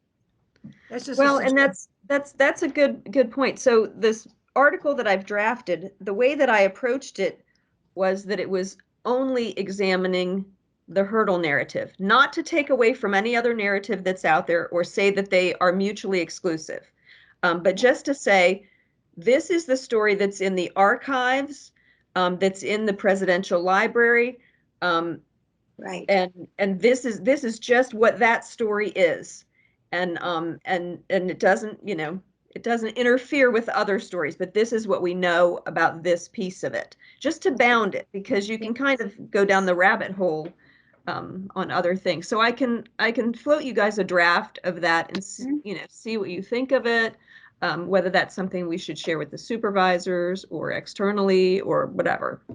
Yeah, that sounds good. Yes. Yeah, I'd like to read it. Yeah, that'd be good. Okay. All right, I will do that then. I know that Sue has had her hands up also. Sorry, Sue, I didn't mean to not recognize you. No, that's okay. I just wanted to say what Mary said about non-confrontational. I can't see why they wouldn't want to know about research done by History Commission members. We're not taking a position. Here is what is found. Supplement what they know, sort it out. So I think we need to do that, because to just sit on it and not have that shared could be, in the end, detrimental. And I have to say this as a journalist. That's a good point. You always find more than one source, or you supplement it, you back it up. And I sometimes find that history and historians maybe don't always do that. And yet, to me, it's second nature. You simply don't take any one source or one thing without delving a lot deeper, which is what you're offering them. So I think we should definitely, draft it and show it to people and Tammy, and we should share it with them. Thank you for doing all that. Okay, sure. Yeah, it's been very interesting, and you learn a lot about the county and about FDR and the different relationships between it was a small town and the people who lived here, and how they interacted. And Lewis Hurdle was tied into everyone. I mean, it's a who's who of everyone who visited Gunston Hall during that period. It's amazing. I see Denise also has her hand up. Denise? Hi. Yes, sorry. I just thinking about, because this is not county government to county government. This isn't, with staying within Fairfax County. You all might want to think about following your policy for Section 106, which sort of applies here in the sense that it's the History Commission speaking to a federal government, an agency outside of the county's agency. So just thinking about that. Not that you've suggested anything, radical here, but just that I think this might be a good place to apply that policy. Well, sure, they're going to use government funds to change the name. Yeah, no, we also, the idea would be to actually, it's not so much necessarily getting that information to the naming commission, because we've been sharing this with the naming commission all along. It's really to share it with the supervisors. That's one of the main objectives here. The main objective, because we've provided it in pieces to the naming commission. Right. Yeah. And trusting that they would put it together, as a cohesive story. So they have the pieces, and we've taught, and I've had many, many conversations with Connor about how they're connected, and he's asked a lot of questions, and we've debated and everything. But really, it would be to provide it to the supervisors, so they have another story aside from what can be found in online, in op-eds in the Washington Post and all of that. Anyone can look at that stuff up or find General Sedgley's book. But this is things that you won't find readily. No one has put together this part of the story. And we can absolutely provide it to the naming commission and say, hey, here's what we provided to the supervisors. Just, a courtesy copy, but not expecting, direction out of that. But anyway, so here's another piece. Good. So, okay, but I was going to say, I appreciate that feedback from Denise as well. Yeah. So did you guys hear about the generous general who walked in? Oops. Oops, got lost. You first tell the joke and it goes. Yeah. You want me to say it again? Yes. Okay. Was that deliberate censorship? Was that not a good? We are being recorded, so please keep that in mind. All right. Moving Elliot, on. strike that from the minutes. Moving on.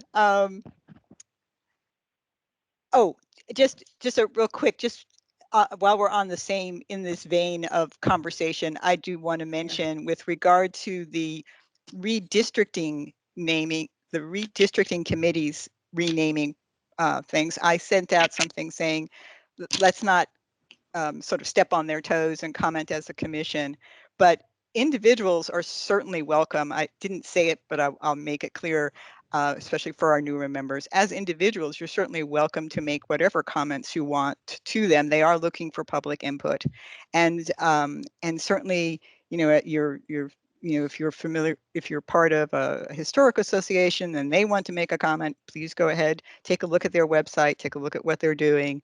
And you're more than welcome to make those contributions. I just didn't want to step on their toes because that wasn't a task that we were entrusted with, not entrusted, but given. And then what else? Oh, and also as commissioners, feel free to share resources with them. So if you have factual information you want to share with them, please, you're more than welcome to do that. All right, history marker content project. Sorry, I have to change that. I need to edit my stuff better. That's okay. History marker project. Mary, we have some exciting news. Well, let's see. I do. Yes. Okay. The county website. I don't have a chance to see. Is it up and live today? I believe it is. Okay. Yeah. So the county website is up and live. It has info about the project, the inventory, collecting stories, program-based learning, etc. So has all sorts of information on what to do for each one of those. The press release I know has been distributed. Commissioners are getting out information, as in Hunter Mill got out information about the whole program today. Submissions are started as of February 1st and will be accepted through March 31st. It is K through 12. It is all students in the county, not just public schools, but private schools. If a scout troop wants to submit one, community groups, anything, there's no one who would not be allowed to make a submission. The judging committee will make selections to forward to the History Commission for possible being considered as markers by June. And the instructions and orientation for the judging committee are not drafted yet. That is something that we still are working on. So I believe that is it. Yeah, and if you all want to see, I can share. I think I had it open. Where is it? My desktop.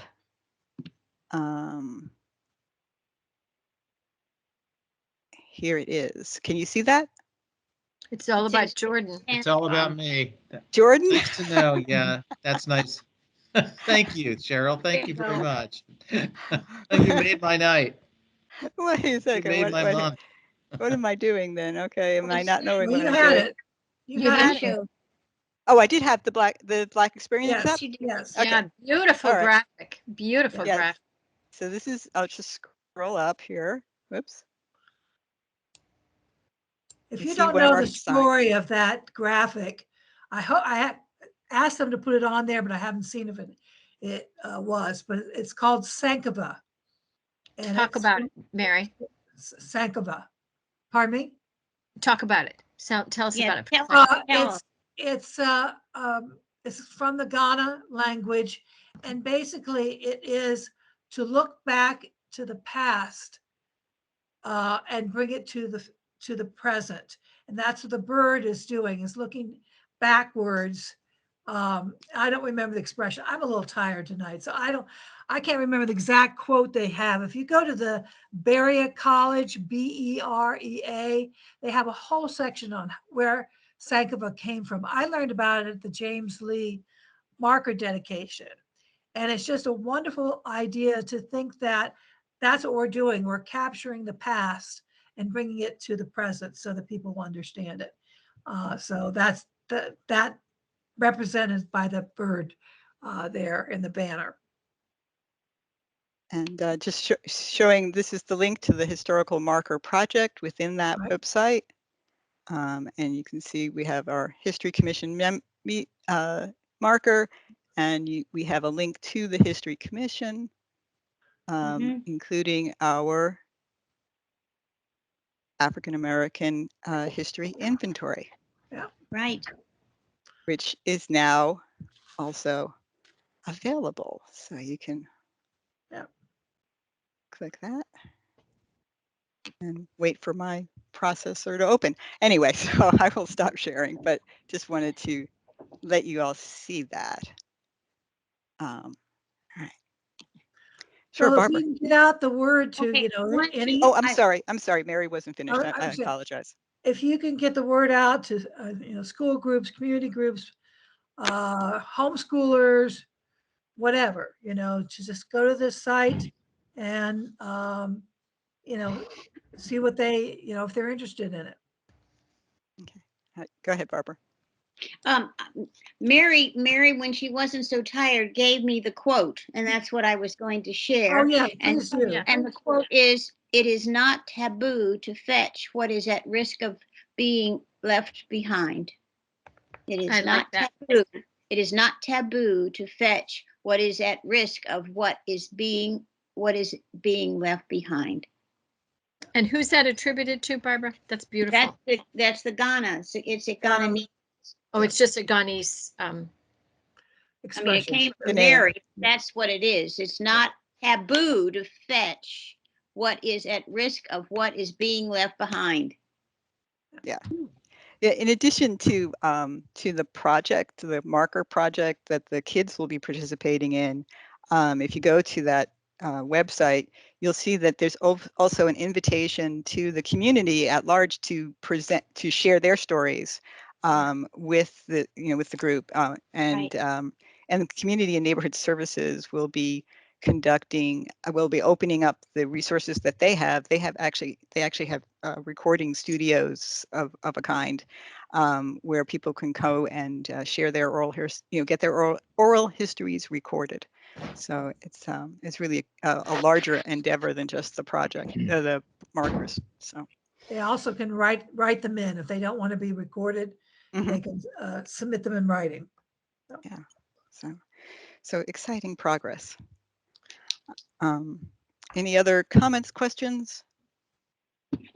Thank you. All right. Moving along, independent teams account for the History Commission. We thank to everyone who responded to my little quick survey. I have Elise, Lynn, and Anne and myself saying that we are interested in having those accounts. Denise, this is really for Denise's purposes. And Mary, did you want to try it? Or I don't want to put you on the spot because it's okay to say. I'm the biggest technological dinosaur around. So, I mean, if the group thinks that's a good idea, I'll see if I can get training. So. Okay. And then Gretchen's not here tonight. Bob and Ann, I don't know if you guys meet frequently enough to really need the account. Bob, any idea or comment? And then For Phil, which? The this is for program? no, yeah. Team. You actually don't have meetings as such, do you? You don't have a committee really. It's just you. Oh no, because I'm on the selection committee, so we do have something coming up. But everything that was on the printed report that I read was covered earlier tonight. Yeah, no.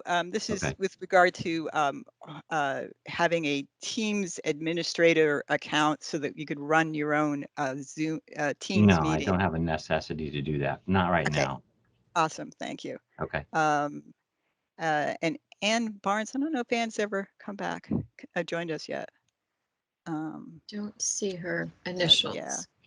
But I'm on that committee. Ann is on that committee, and we can you can share. I'm on that committee. Lynn's on that committee.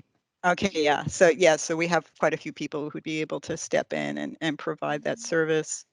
Phyllis and Esther, do you have any desire to have your own account?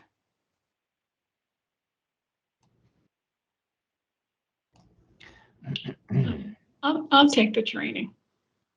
Okay. That would be nice. It's actually a lovely tool.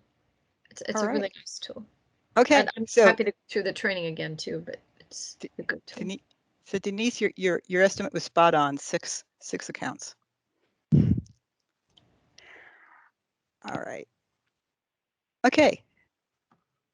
I don't actually have any new business on the agenda. I will mention, just as a bit of housekeeping, that committees no longer have to make and post video recordings. So we don't have to do that. We will continue to record and post this this meeting, but committees, you don't have to. And Denise asked that we just sort of be all one way or the other. So, you know, just don't bother doing those recordings anymore. Although you are required to submit minutes, that still applies. Can I ask a dumb question? No dumb questions. I love that idea. Sure there are. So this one's really dumb. I have to say, I am one of these people who sometimes goes back and looks at committee meeting recordings, and I do think they're fascinating. Only really just for the record, in case my notes are not complete. So is there an in-between? This is why it's dumb. Is there an in-between option where it can be recorded but not posted and then destroyed at some point? Yes. So I think that it's perfectly okay for you to make a recording for your own purposes, for the purposes of making a minutes. So this is just, it's not going to be posted on YouTube. But I mean, recording for that purpose. And I mean through the Teams thing, not with my own separate little recorder sitting on my desk. Okay. I mean, unless Denise, I've screwed that up, I think that would be appropriate. You know, No, there's two. Yes, that is perfectly acceptable as long as it is not kept in perpetuity, and as long as you still announce that the meeting is being recorded, so that people who attend the meeting understand that they are being recorded. And but that's with every kind of Zoom or anything we all use. Right. In that public setting. Sure. But so there are two different retention schedules, and the one that you're referring to, Anne, is the one that is recordings that are made for administrative purposes, essentially to check the minutes. And then they are destroyed after they are no longer administratively useful. So that was like from the pre-COVID time. Right. All the recordings that were made were just made to write the minutes. Right. Right. Because Winifred used to record. Nobody archived them anywhere. Right. They're just gone. I got it. Yeah, okay, exactly. So yeah, see, that wasn't a dumb question at all, Anne. It was perfect. Not that dumb. It was like exactly the right question. It really was. You just need to attend every meeting, Anne. So I wouldn't want to miss a thing. All right. Continuing on, speaking of committee reports, let us continue with that. Lynn, History Conference. Okay, thank you. This is kind of interesting. We just met last Thursday, and Sunday I sent out a summary and asked at the end of my summary to get back to me with any thoughts that people had. And so what I'm going to do is give you just kind of a verbal overview tonight.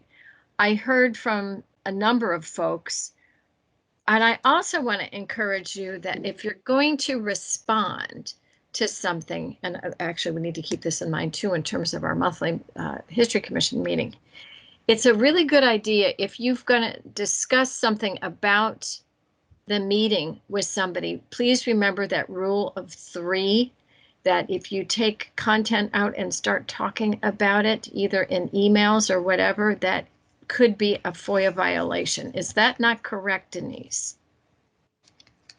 You are correct. You're correct, Lynn.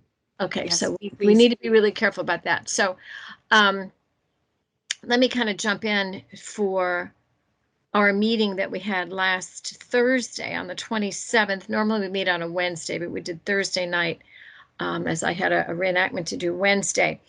Had a nice turnout. Esther Jordan, Mike Irwin is still with us, Sue Schumann, Cheryl Rapetti, a number of folks could not attend. We've lost Subi, who is willing to participate if we do an face-to-face conference this year. So Subi, I'm counting on you showing up, and I'm also looking at seeing you in November, because we have decided to make the planning for this year, similar to last year, planning for a hybrid conference. Okay, so that's the way that sits right now. We began our meeting with a lessons learned from 2021. I'm just going to bullet a few of these because it was pretty insightful for those of you that don't sit on this committee. There's a tremendous amount of work that goes into pulling these conferences together. So here's just a few. Mike Irwin missed most of the conference. He had some work commitments, and because of the firewalls he was behind, he was unable to access the live streaming. Again, a giant thank you to Channel 16, their camera and production crew. Valerie Bay was an absolute dream to work with. So we're looking forward to working with her again. I've got an email into her about the dates of either November 5th or the 12th. The committee preferred the 5th.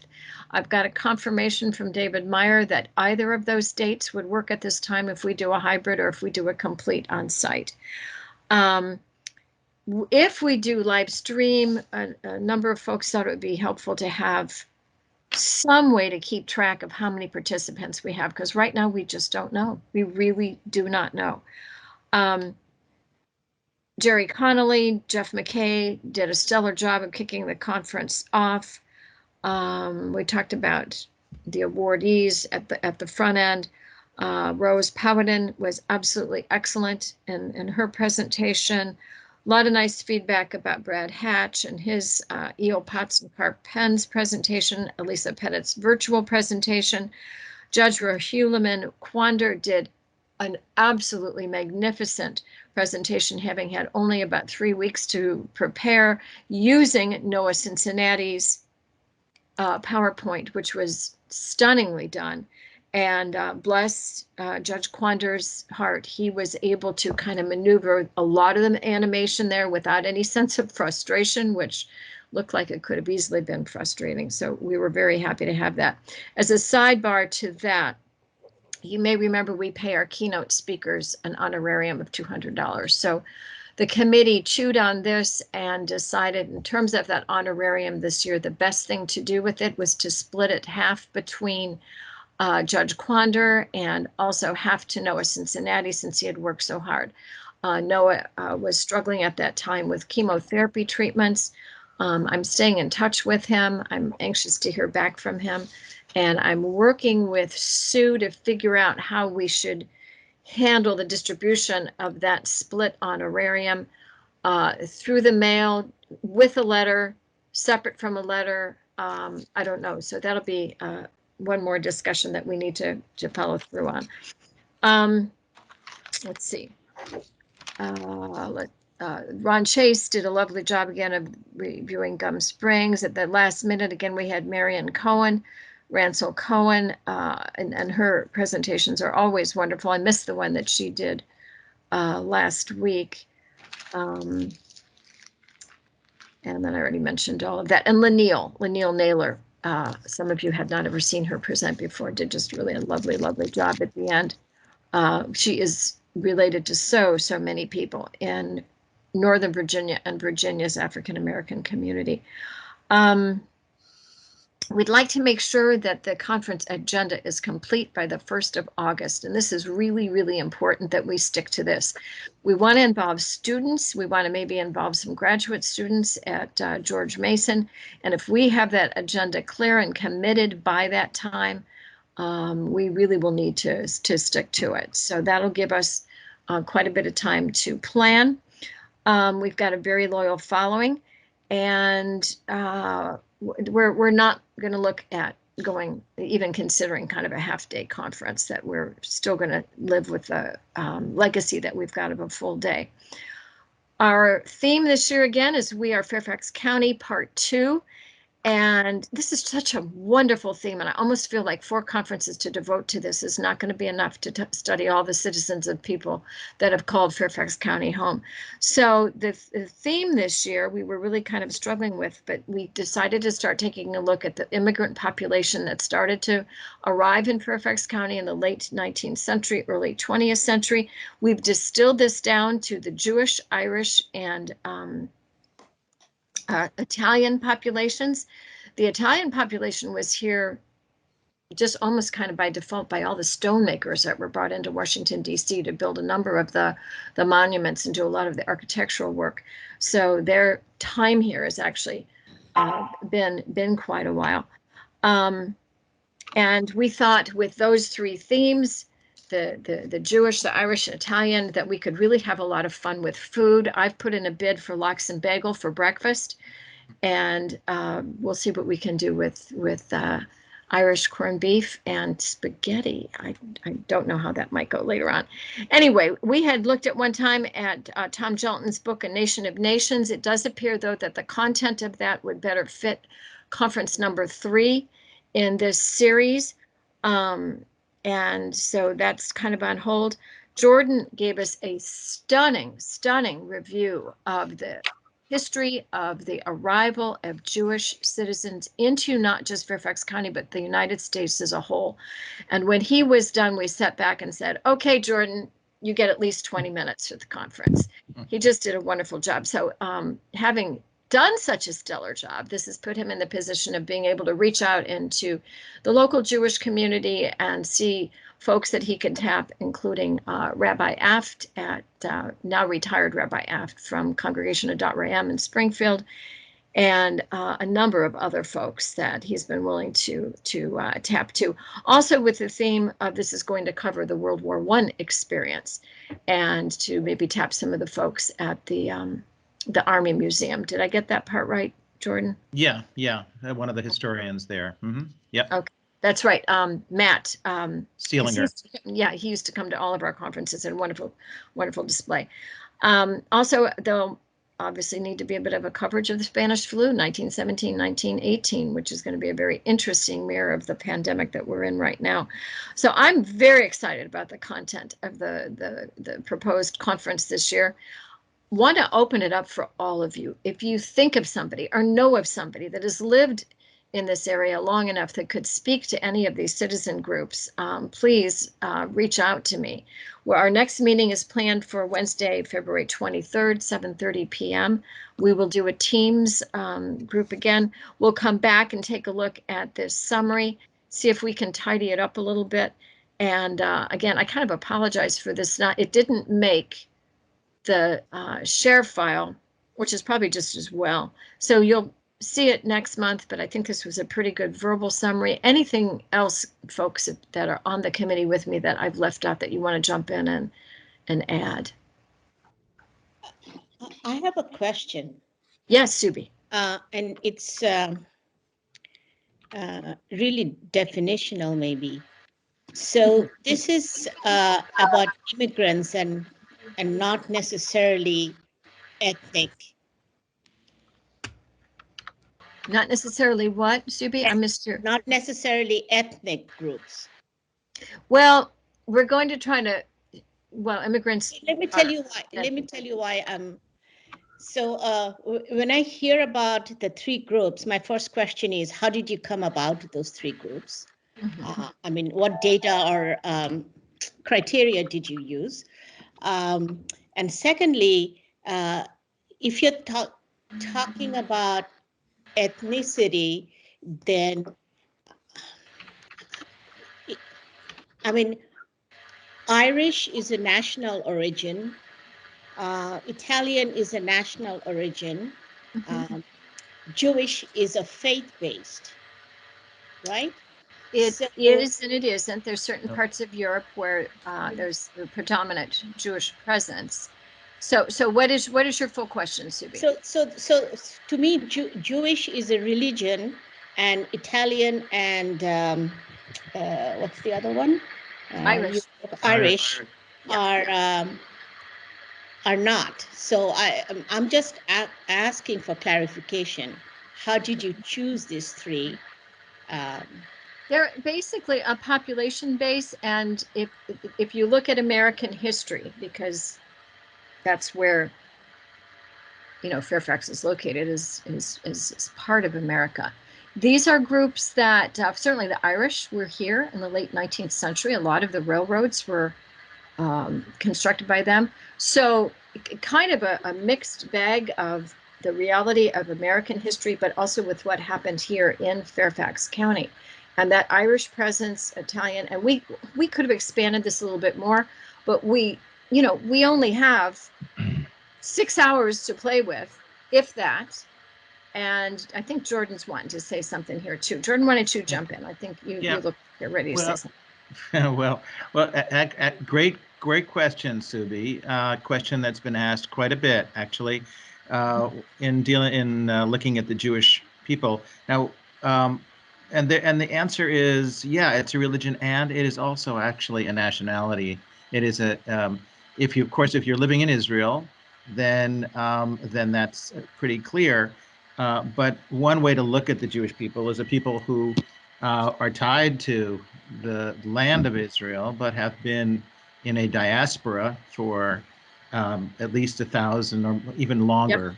Yep. So that is one way to look at them. And I think when the committee is looking at this, we are looking at ethnic groups, but also immigrant groups, and certainly the Jews.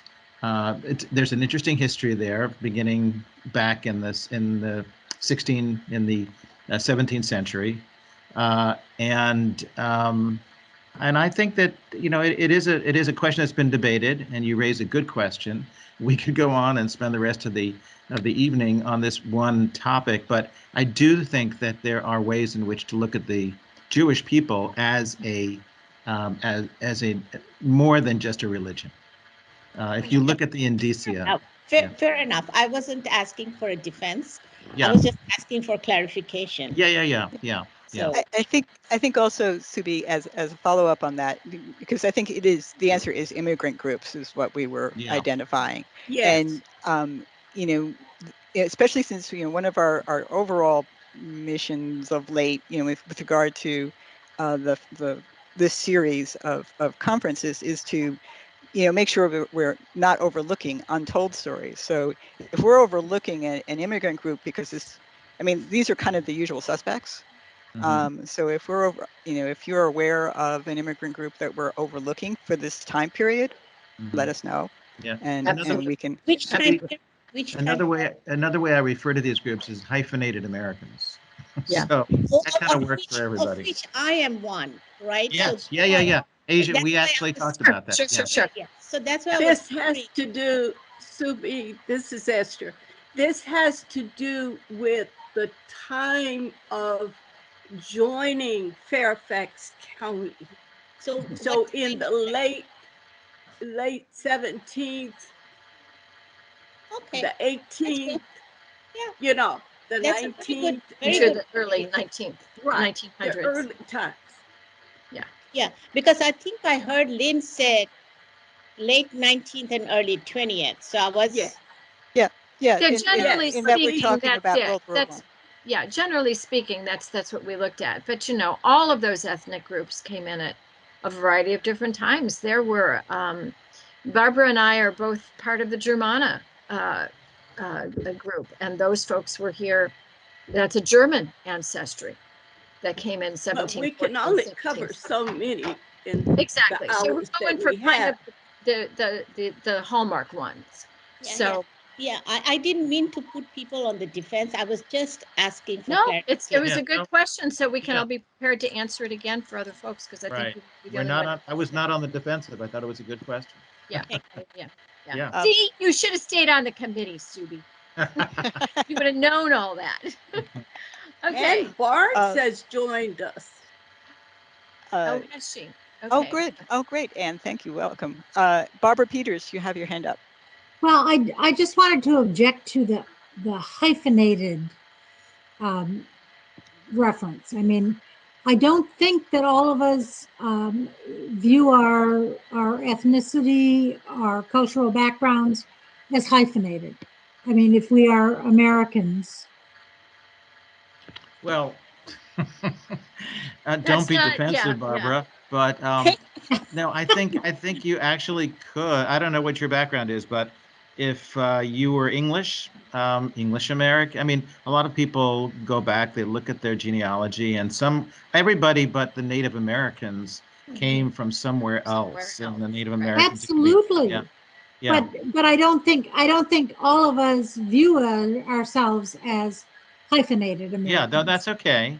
That's fine. We're all Americans, and as others may view us differently, but we are all Americans, yes.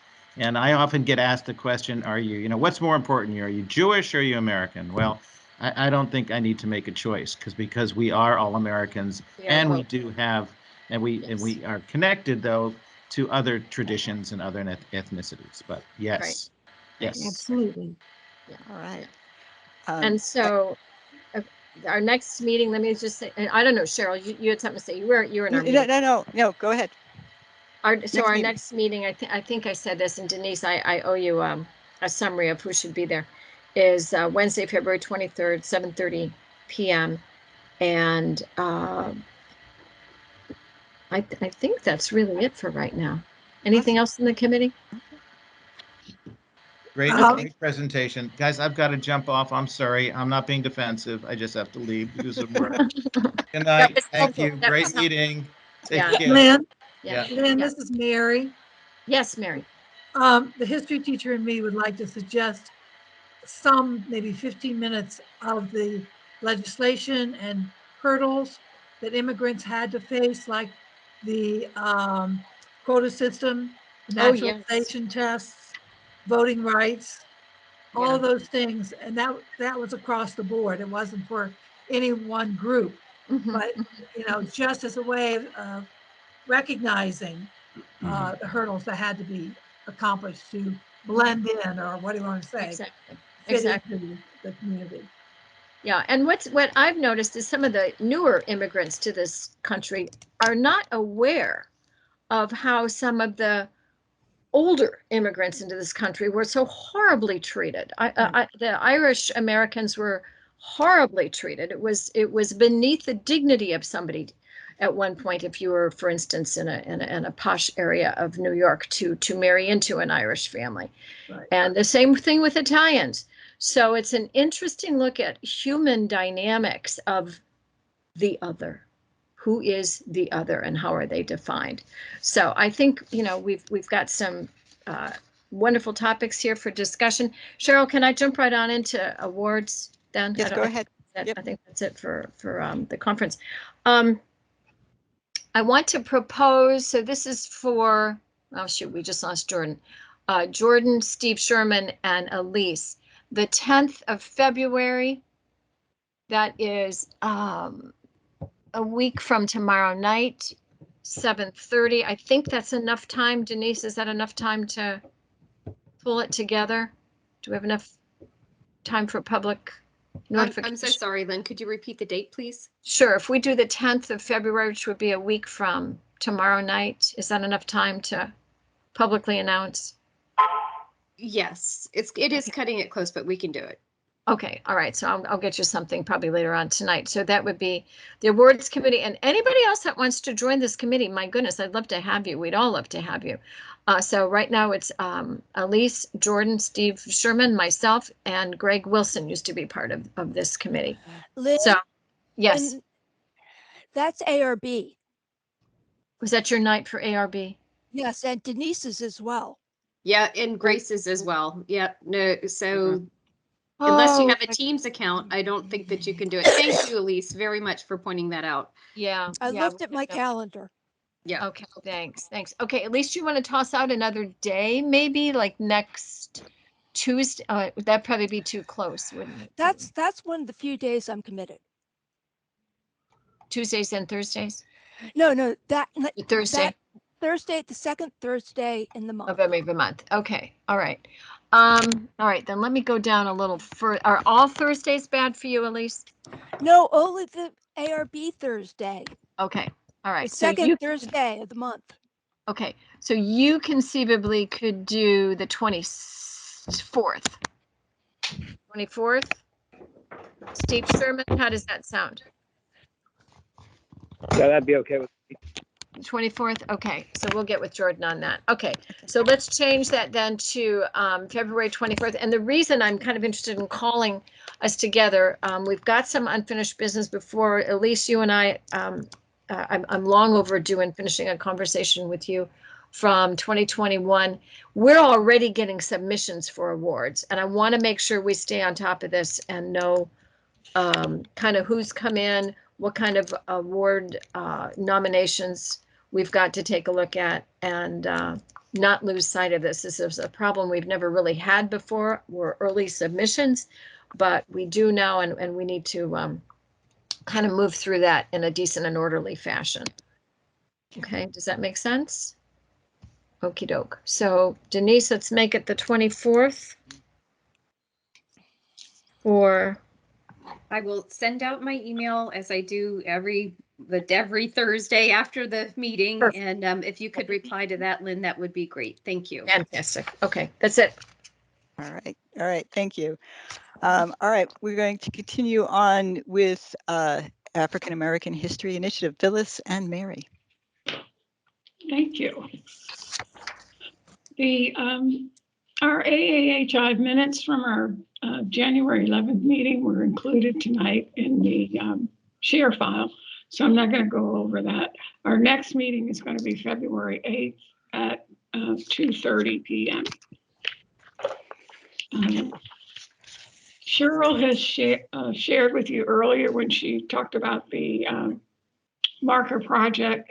She took you to the History Commission website, and when you have time to go there, you will see that all of the templates, the general resources, and the research topics are now on the website.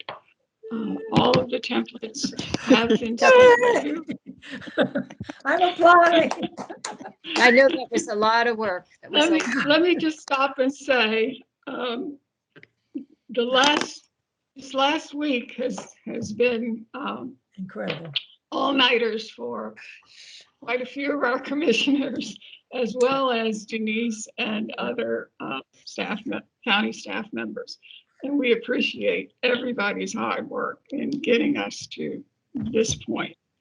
So please go visit the website and check it out. See what we have. Mary and I will be continuing to work with the George Mason capstone group and in planning and working with them to get the database set up. We expect that will be completed at the end of the semester that the students, the spring semester. Our next meeting with the capstone group will be February 16th at 3 p.m. Okay, Mary. The only thing I wanted to add is that you'll see when you go to the templates, it says draft. There's an asterisk for that. Okay.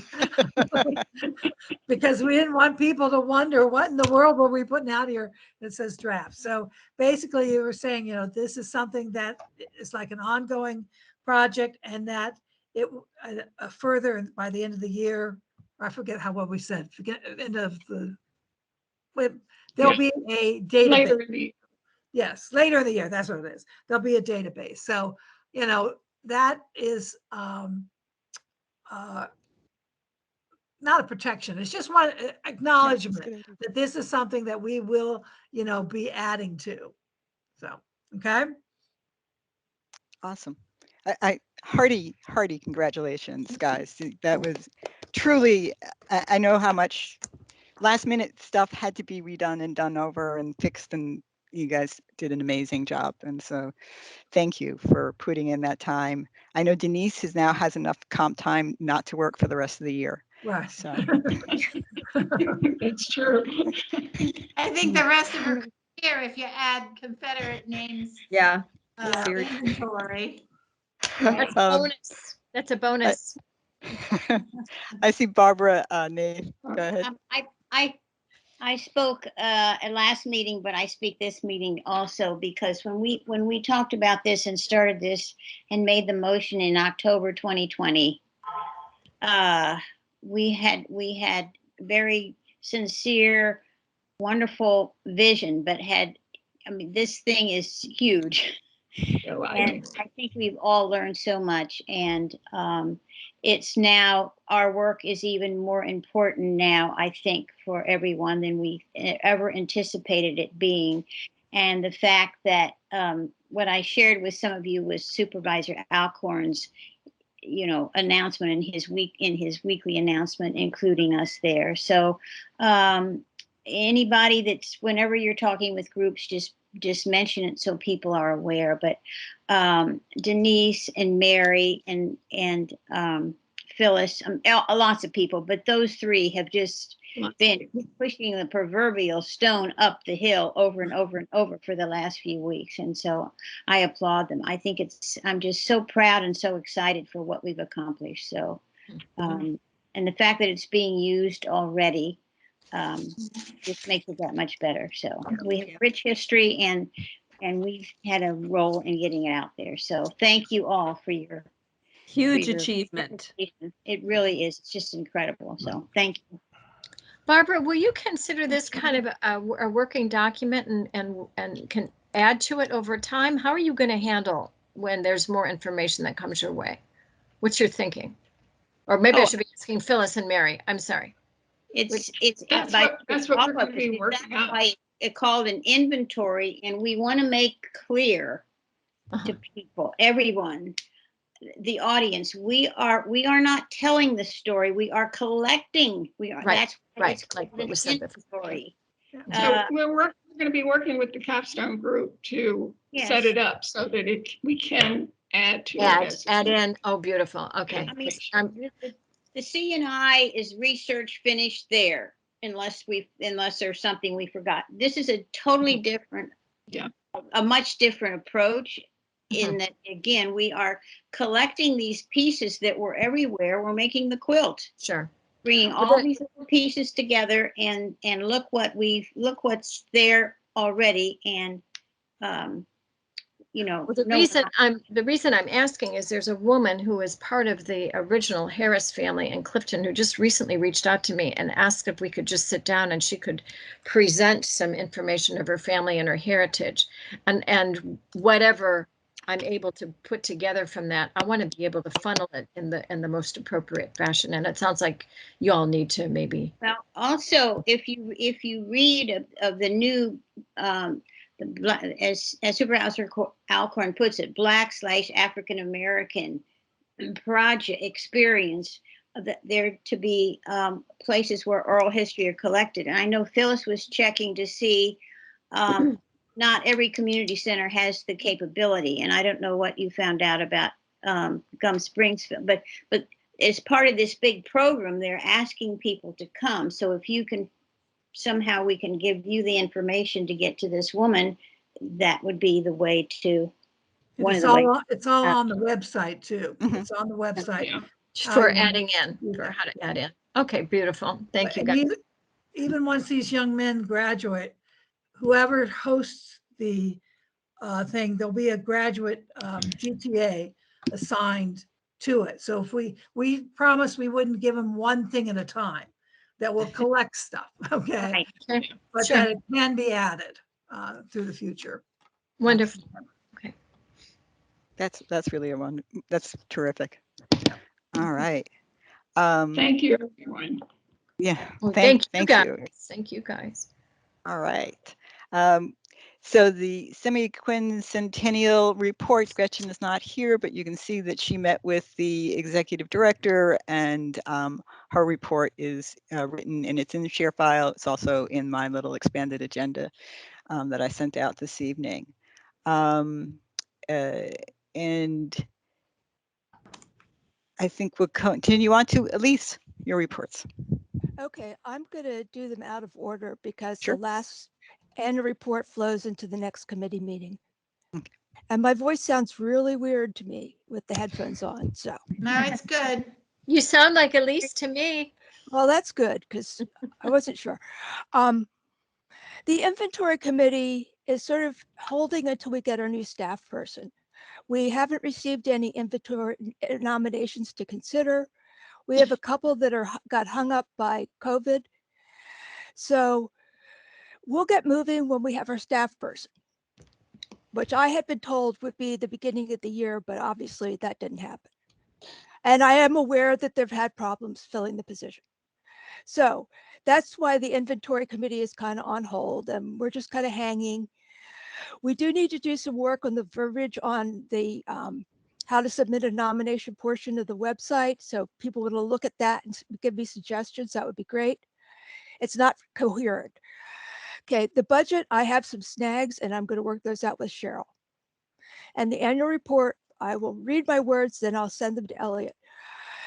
For 2019, I located the draft and it will be completed within the next month. 2020, Ann Stutz and I will be working on it.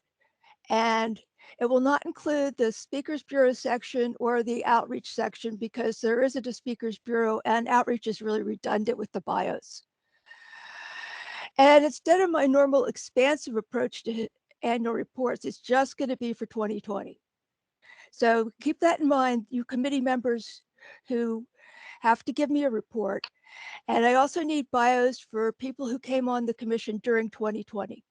I have Tammy's, and I think that's the most recent one I have. And I don't remember when she came on anyway. So I probably don't have Sue's, and I will send Sue a copy of an old annual report so she can get an idea of what we want for bios, or what we wanted in the past for bios. And 2021, the advocacy committee is going to take it on and they can tell you what they want. I'm finished. Sounds Thank good. you. Thank you for that. Sounds good. Any questions or comments? I have a question. All right, so we have all the pieces for 2019. So it's a we want 2020 committee reports, right, Elise? Yes. And when should we get them by? Well, I would like to have them by March, but I'm a realist. No, they can do it. Let's make them. They can do it. Make them do it. Well, you guys haven't had the issues I have over the years. Compliance is a problem. And there are two committee chairmen who've never submit their reports. So Peer pressure. I would like, well, right, I have been keeping them nameless, but maybe I'll name them sometime. Oh, name names. Some people know don't who like they are. that. Some people don't like that. Be careful. They know who they are. And there's well, actually, we have so few secrets among us. Perhaps someday we recommend that people get their reports in so we don't have to have this conversation. Oh yeah, no, I mean so names after you've asked for that, and I think it's very easy to say I have received from these people and not yet from these people. I think that is completely fair. Yeah. Okay, but anyway, my goal is March for my work on 2019 and everybody else getting me my stuff, our stuff, because Ann's working on 2022, but send it to me and I'll make sure she gets it too. This is terrific. Thank you. Thank you, Elise. Thank you. Yes. Yeah, that's a lot of hard work. So I have a question. Go ahead, Barbara. Go ahead. No. Okay, I sent to Ann my 2019, my 2020, and my 2021. I didn't send it to Elise. I sent it to Ann because I understood they were working together. Yeah. So I'm assuming Ann will give to Elise, and I'm home free, right? Yeah.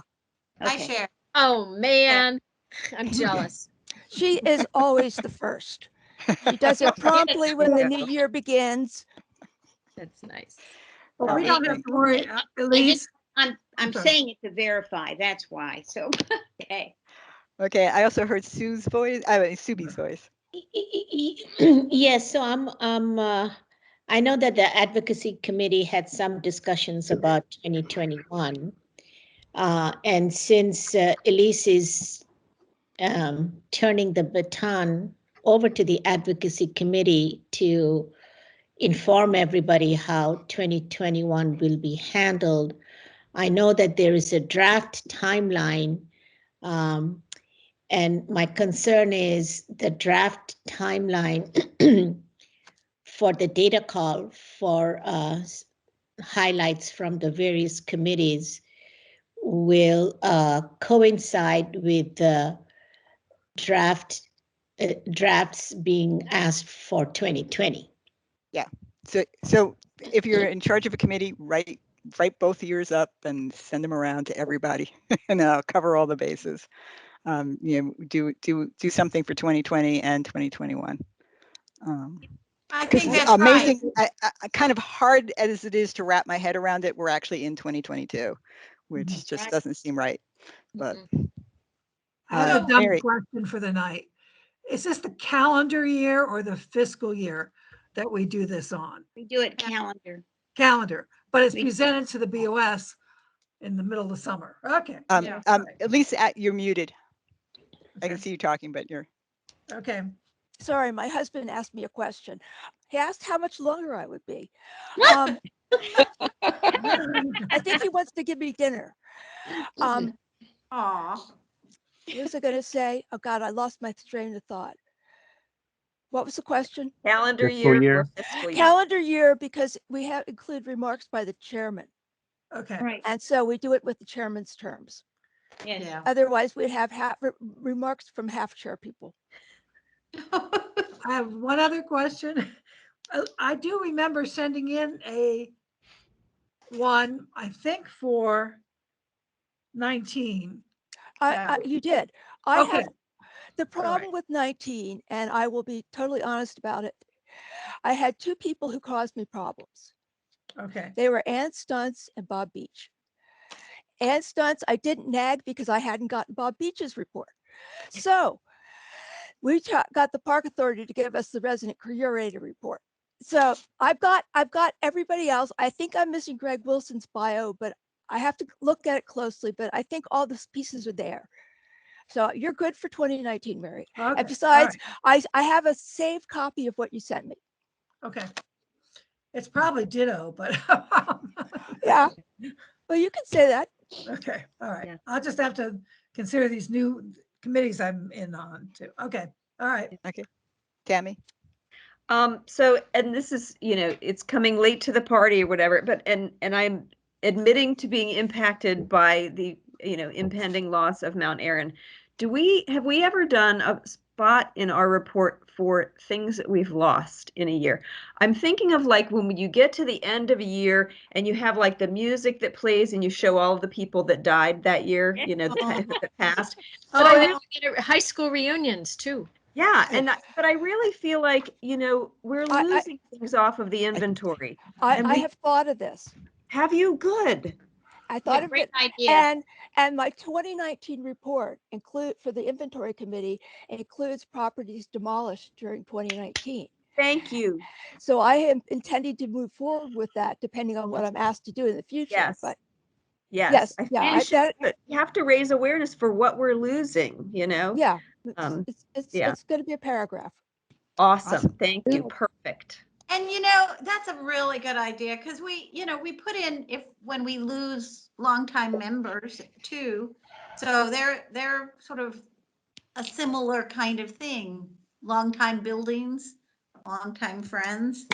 And we include both those categories is wonderful. Thank you, Elise. Any other questions for annual report? We'll shift to advocacy now. Mm-hmm. Yeah. And let's talk about the annual report. Subi, this is a remarkable committee. I just want to say it is just such a treat to work with these people. Thank you, guys. And the other day when we had a meeting, you saw you may have seen in the share file, the overly detailed notes and minutes that we have. And color coordinated. Subi and just said, "Oh yeah, I'll take the lead." And Tammy goes, "Yeah, I'll be back up." It's like, what? That's fantastic. Thank you. Yes. Oh, she's shooting herself now. Well, it would be one of these things that would be really good to change responsibility every so often, because it is a big job. It's a pain in the neck. So we have a team that's very excited to update the format, and but you've got a timeline, and it's a doable timeline. There's a date for June to present.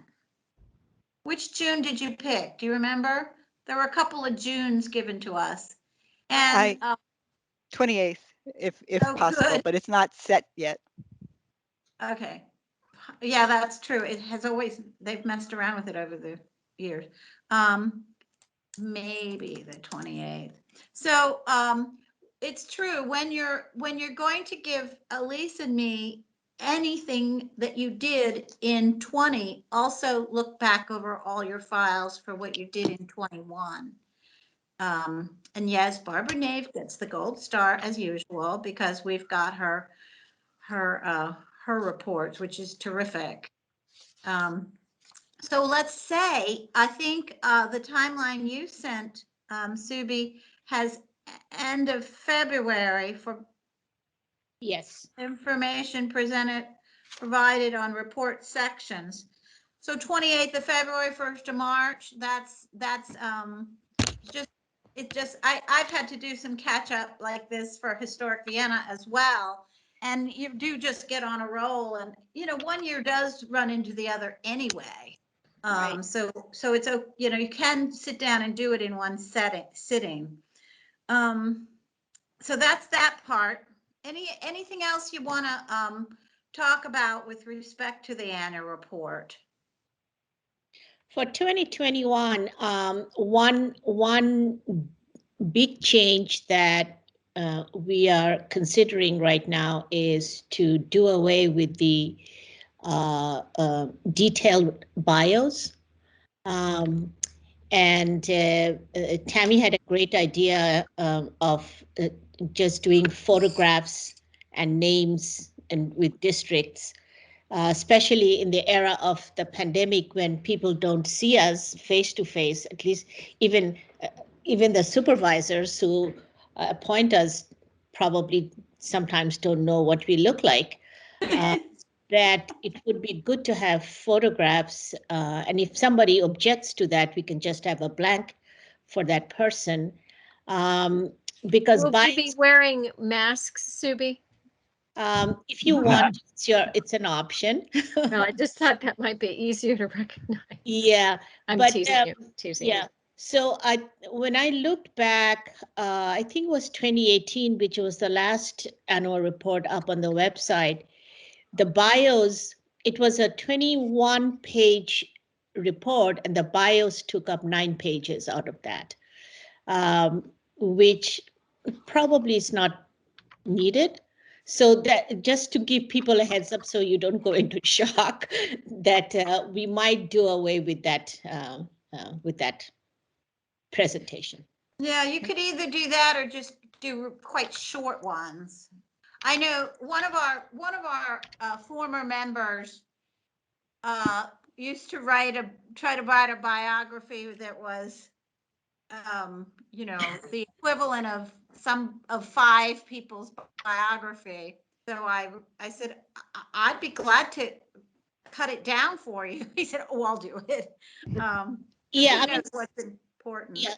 The Women's Commission model that we looked at recently, all it does is list them. Yeah, and it's 12 pages long, Subi. Yeah, it's pretty short. Yeah.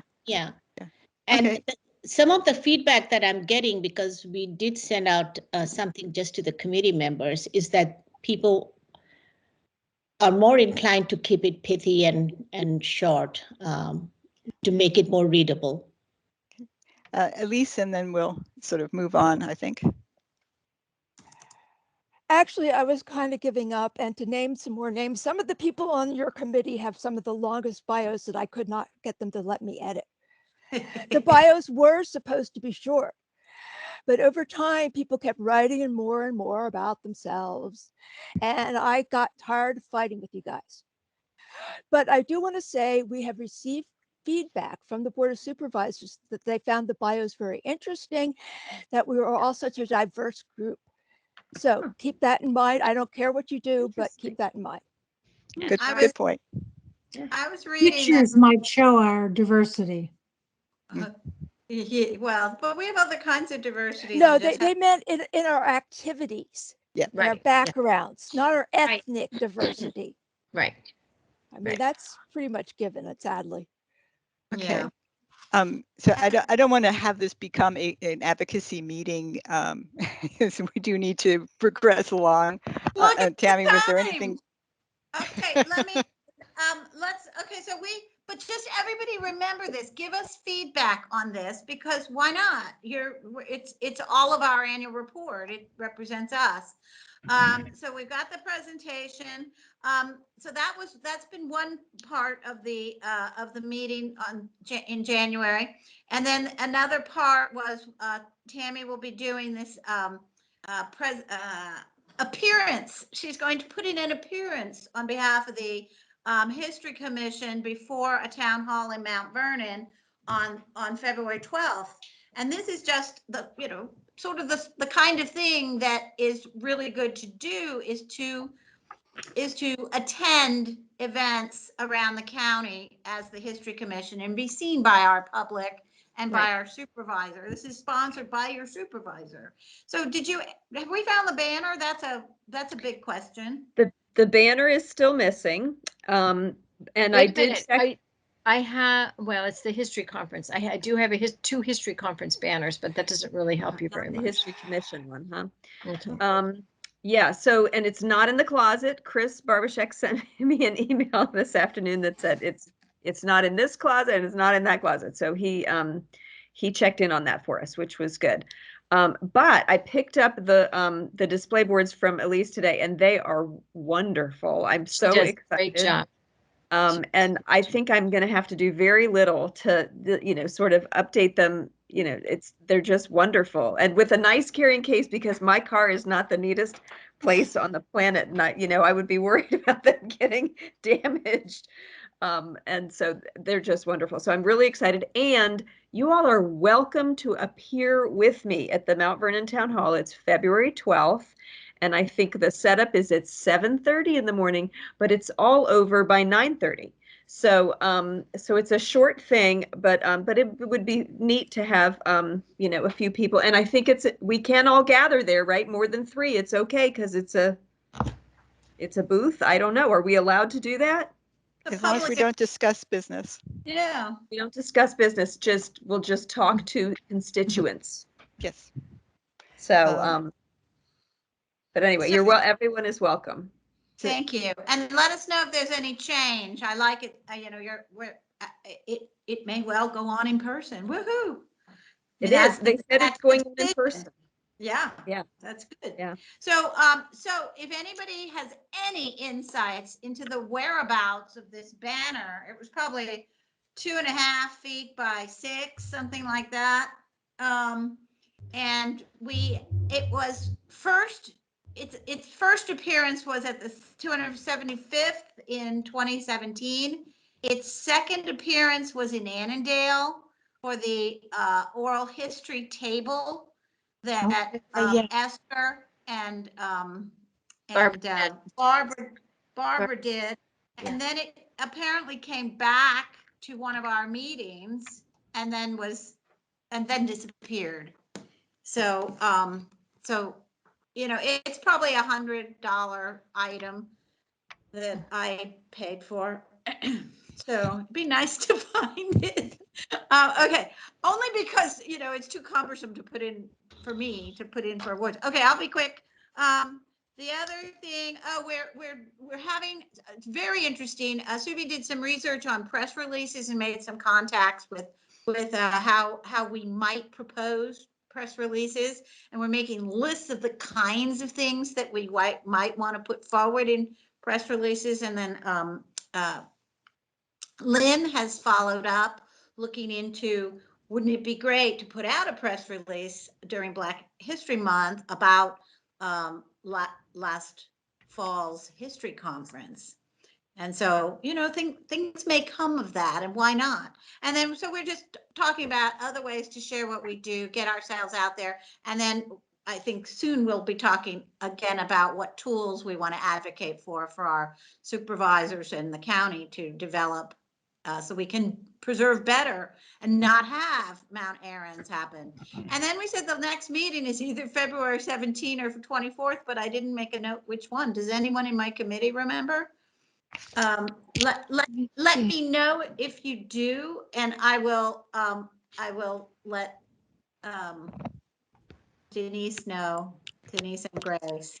But I just wrote both those dates down. 24th is now 24th, awards. yes, please. Say it again. 24th. That's our, okay. So Same our night as awards. That's the same night as awards. Oh, so it's not good. So we want it on the 17th. Is that what I'm hearing? I think it would be better. Okay. No, that's fine because there is overlap. So I'm gonna write it down this time or type it down. Thank you. I'm done. That's my report. All right, thank you. I know that Elise and Lynn had their hands up. Elise, did you still have a comment or question? Okay, awesome. Lynn, did you have some? Well, I think Ann just did a nice job of covering it. I am also going to suggest to Tammy, maybe at your event on the 12th, just in honor of Black History Month, some kind of a graphic, a flyer, handout, a column with 12 words on it that says that our 2021 conference is a perfect way to take a look at African American history in Fairfax County, and that the link is on our website. That's great. And maybe I can even, I think I have some printable business cards, and I might be able to just put the website on there so that I could just hand that to people and they'd have the website on a little card. Tammy, let's talk about that offline and also with Esther, since Esther did the afternoon of that conference. Yeah, perfect. That's great. That's a good idea. Elise, you just came back on? Go ahead. I just came back on. I gave Tammy some brochures. I gave her the marker brochure, and I gave her the very few History Commission brochures that we still have left. I had in this different, that was from my leftover Celebrate Fairfax. I had in a different place the inventory brochure. Oh. And inventory brochure and maybe more of the marker brochure live at the City of Fairfax Regional Library. Okay. And if you want someone to get them and send them to you, I will talk to you offline about that. That's right. There should be some stacks of things there. Okay. Yeah. Okay. And those are in the Virginia room or in the closet that's in the?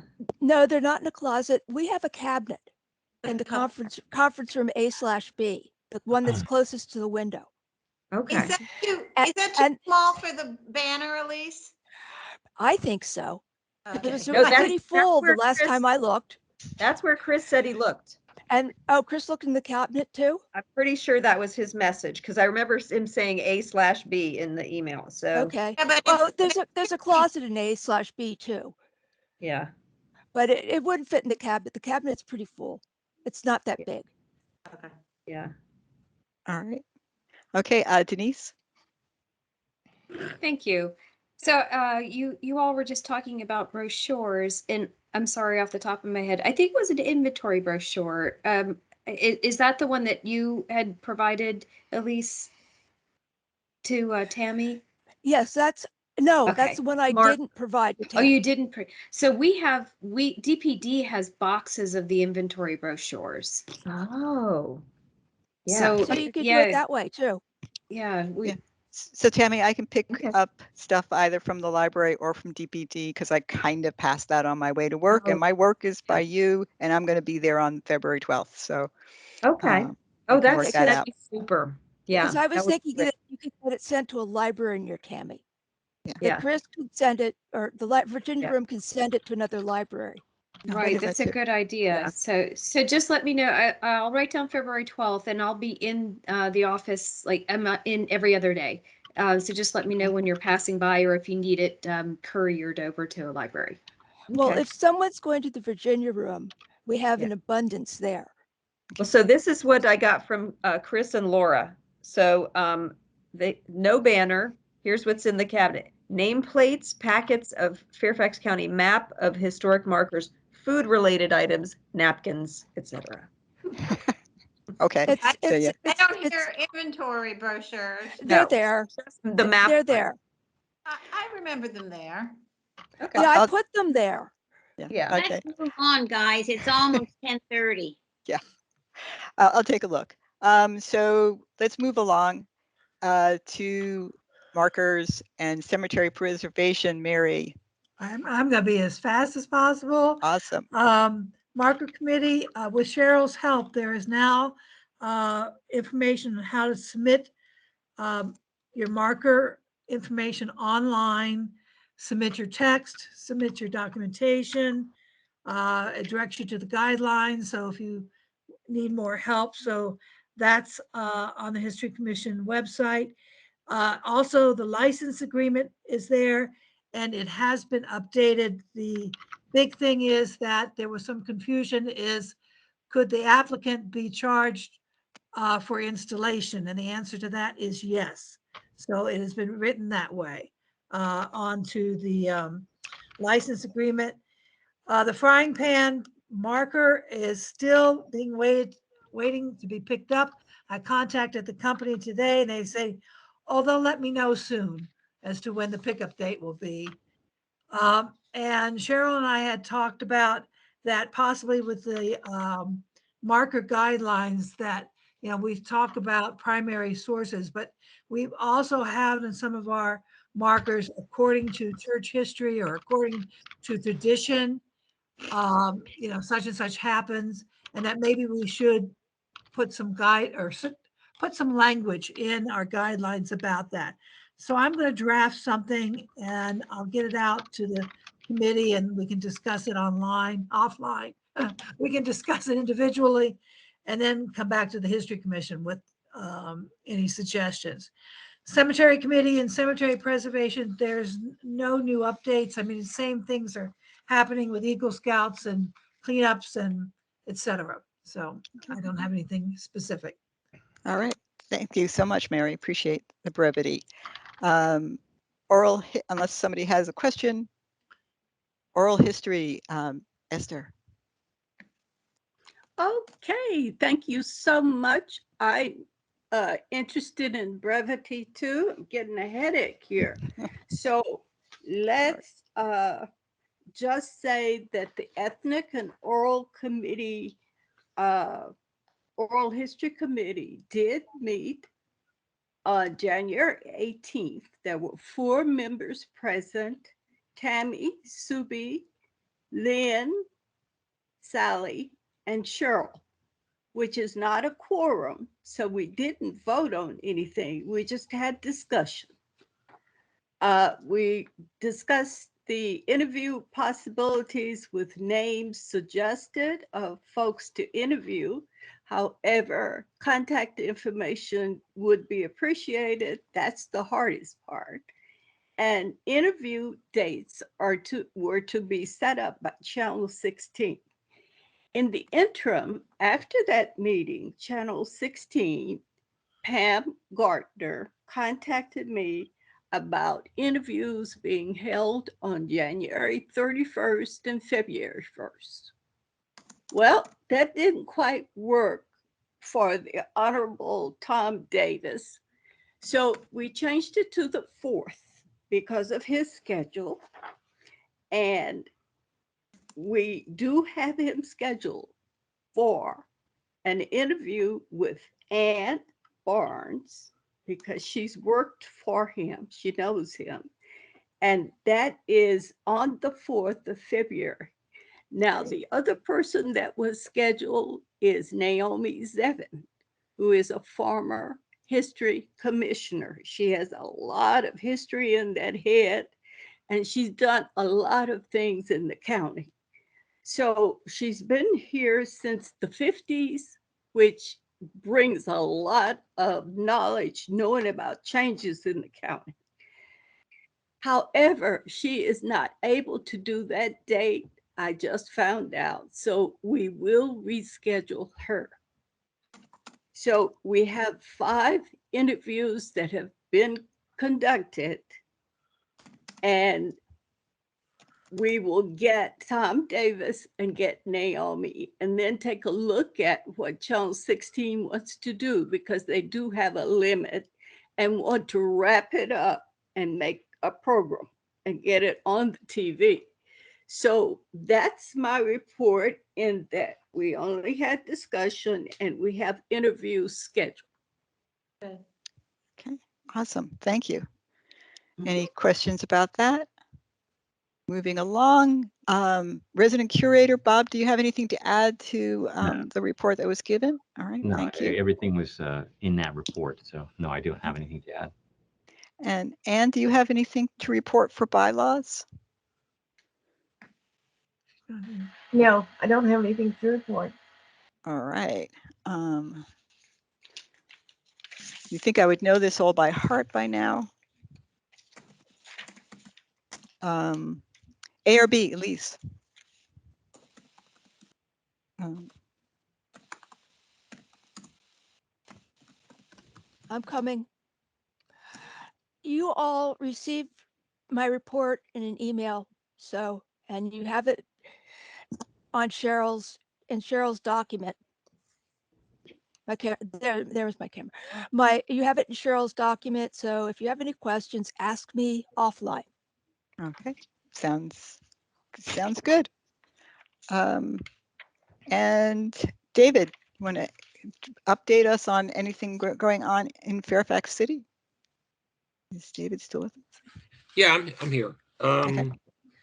As Lynn noted, we have reserved the Sherwood Center for November 5 and 12. If the committee decides to have the venue at the Sherwood Center, and if it is indeed hybrid, it is there gratis, and it's reserved.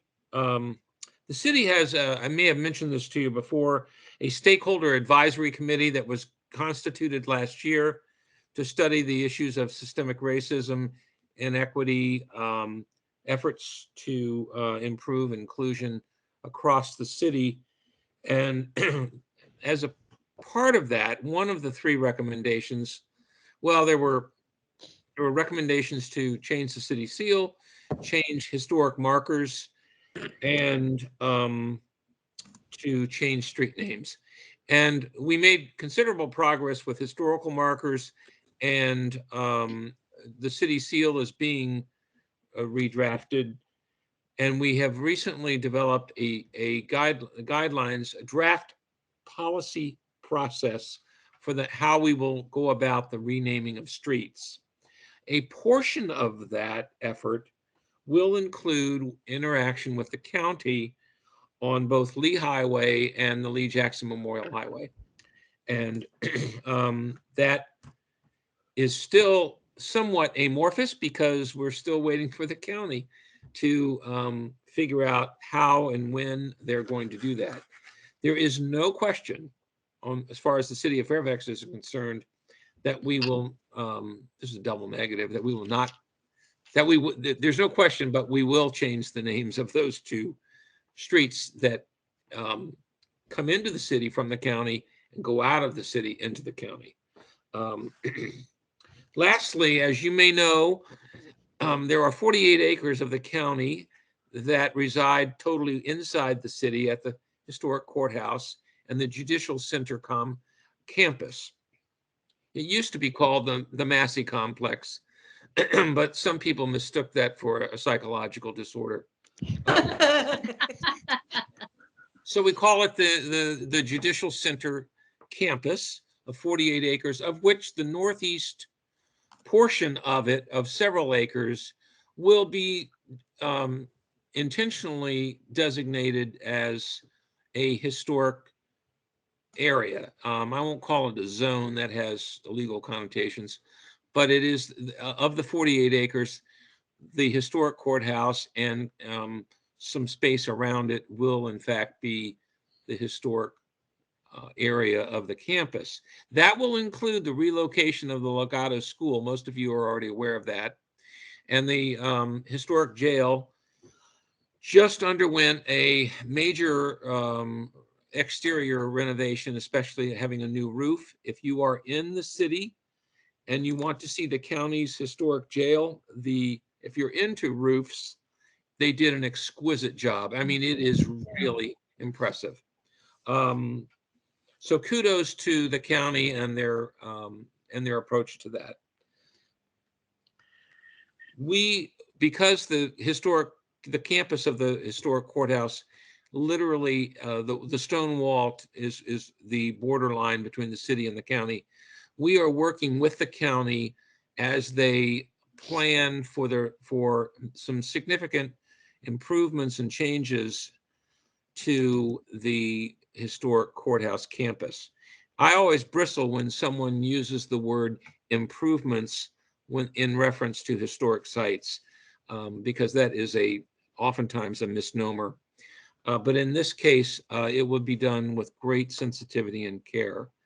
But we want to, as we have talked previously, take the stone wall and move the wall back to allow for a pedestrian walkway along Chainbridge Road.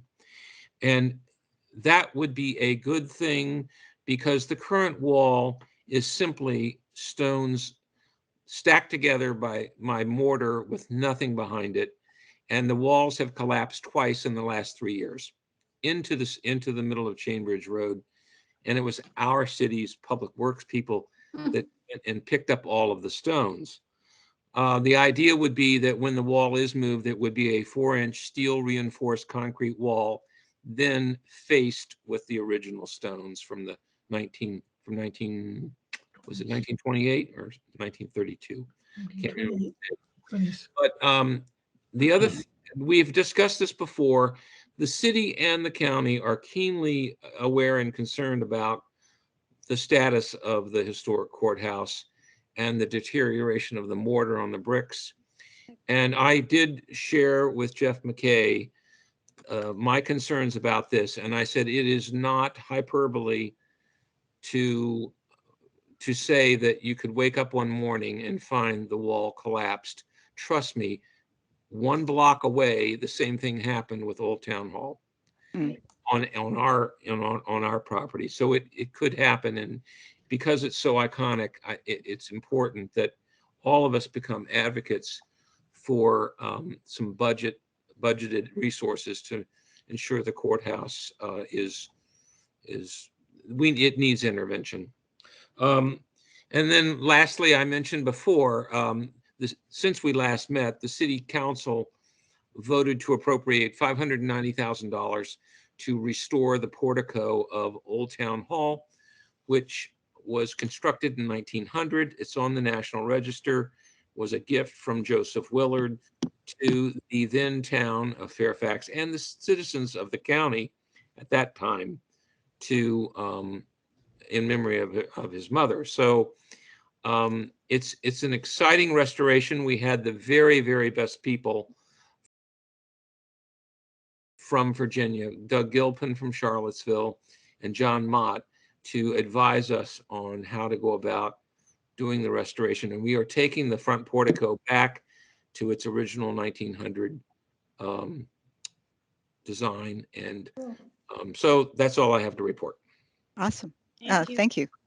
Thank you for the comments about the courthouse. We can, I will send you guys the letter and the various letters so that you can start thinking about that for next month.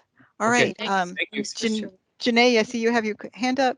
I do. I'd like to thank David. Are you gone? No, you're still here. Okay.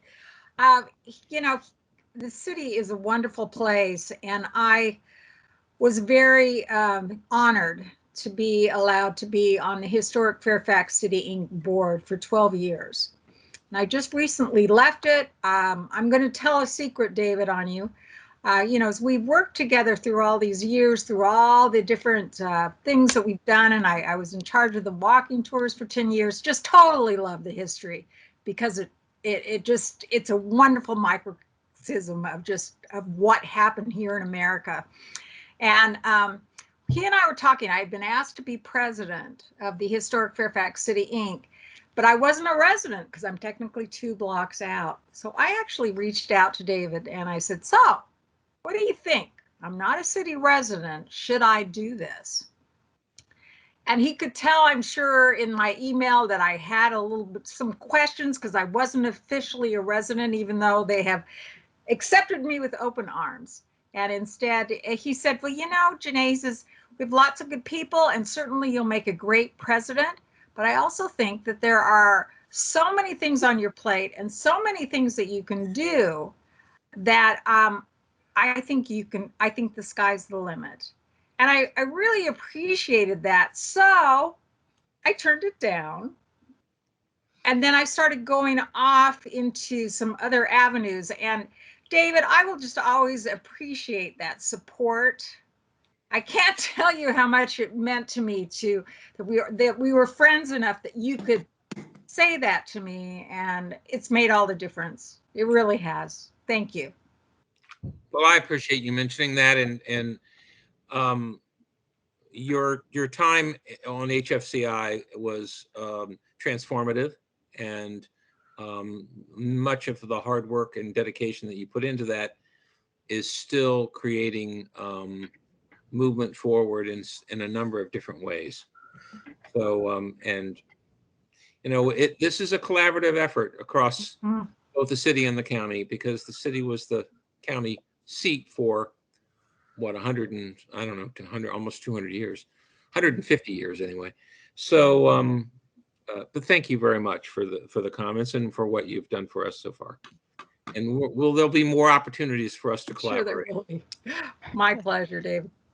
All right. Do we have any other announcements before we adjourn? Sally, thank you. February 26th. Once again, we're having the Archaeological Symposium with Gunston Hall, the Friends of Fairfax County Archaeology, and the Archaeology and Collections Branch. This year, the topic is going to be the archaeology of the garden, because Gunston Hall has just finished researching and restoring their gardens. And we have a terrific lineup of speakers. It's going to be hybrid this year. It's $10. If you're there, you can buy a lunch and you register online. So I think it's going to be a really exciting event. Yeah, thank you. Thank you for reminding us about that. Awesome. Tammy. I actually just have a question, and it's, I still feel like a newbie. Do we do something for National History Day? I think the deadline is coming up, or the due date for it is coming up at the end of February. I just didn't know if we get involved in any way in National History Day. Not officially. I mean, there isn't any specific formal relationship or anything like that. You're more than welcome to volunteer to be a judge or whatever. Yeah, I know nothing about it. I just kind of heard about it, and I was like, oh, what is that? Well, talk to Mary. Mary is our resident expert on that. But all right, I will email her offline. Haven't been able to do it much recently, but yeah. Yeah. Okay, Esther. Cool. I'll email you. Okay. Yes. Esther, I wanted to share that since I'm living in a virtual world inside my house and not going places where there are crowds, I have been fortunate enough to catch some of the virtual programs that are being offered. And particularly this month, it's African American History Month.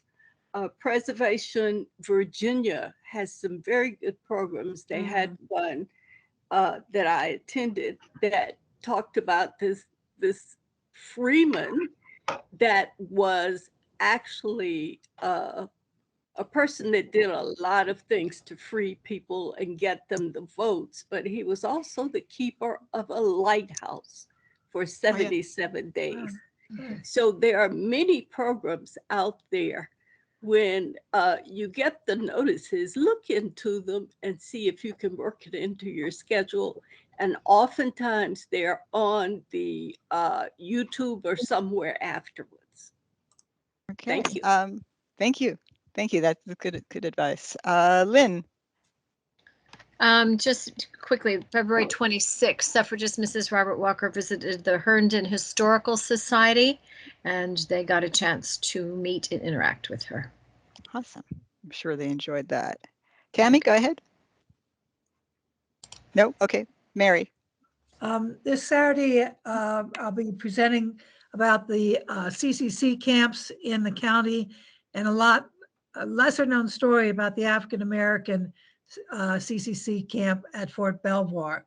It's through the Fairfax County Public Library events. Okay. We'll have to check that out.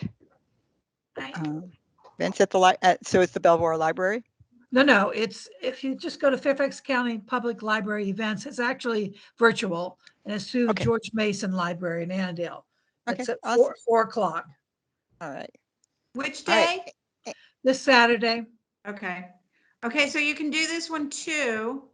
I was out at Sully yesterday, and they've got the wonderful Professor Richard Bell from University of Maryland giving a talk on Saturday at 3. So we can do that then, Mary. It's a virtual free lecture. You have to register, and it's of the fire of Frederick Douglass. And this fellow's, I don't know if you guys know Richard Bell, but he did a Virginia Room in-person program a few years ago. And then he did a gorgeous Juneteenth program for Sully last year. He's really good. So. All right. That sounds great. Too many history things going on. Well, it's a good month. I mean, and like you say, Esther, there's so many virtual things. You can kind of pack in more than normal. Okay, I see Sally, your hand is still up. Is that just not? No. Okay. And anybody else? All right. Thank you everyone for your patience tonight. I know we went quite late. I'm afraid it is 11:15 basically, but I am going to, unless there is any objection, I am going to declare our meeting adjourned for this evening. All right. Thank you to all the staff that's still with us.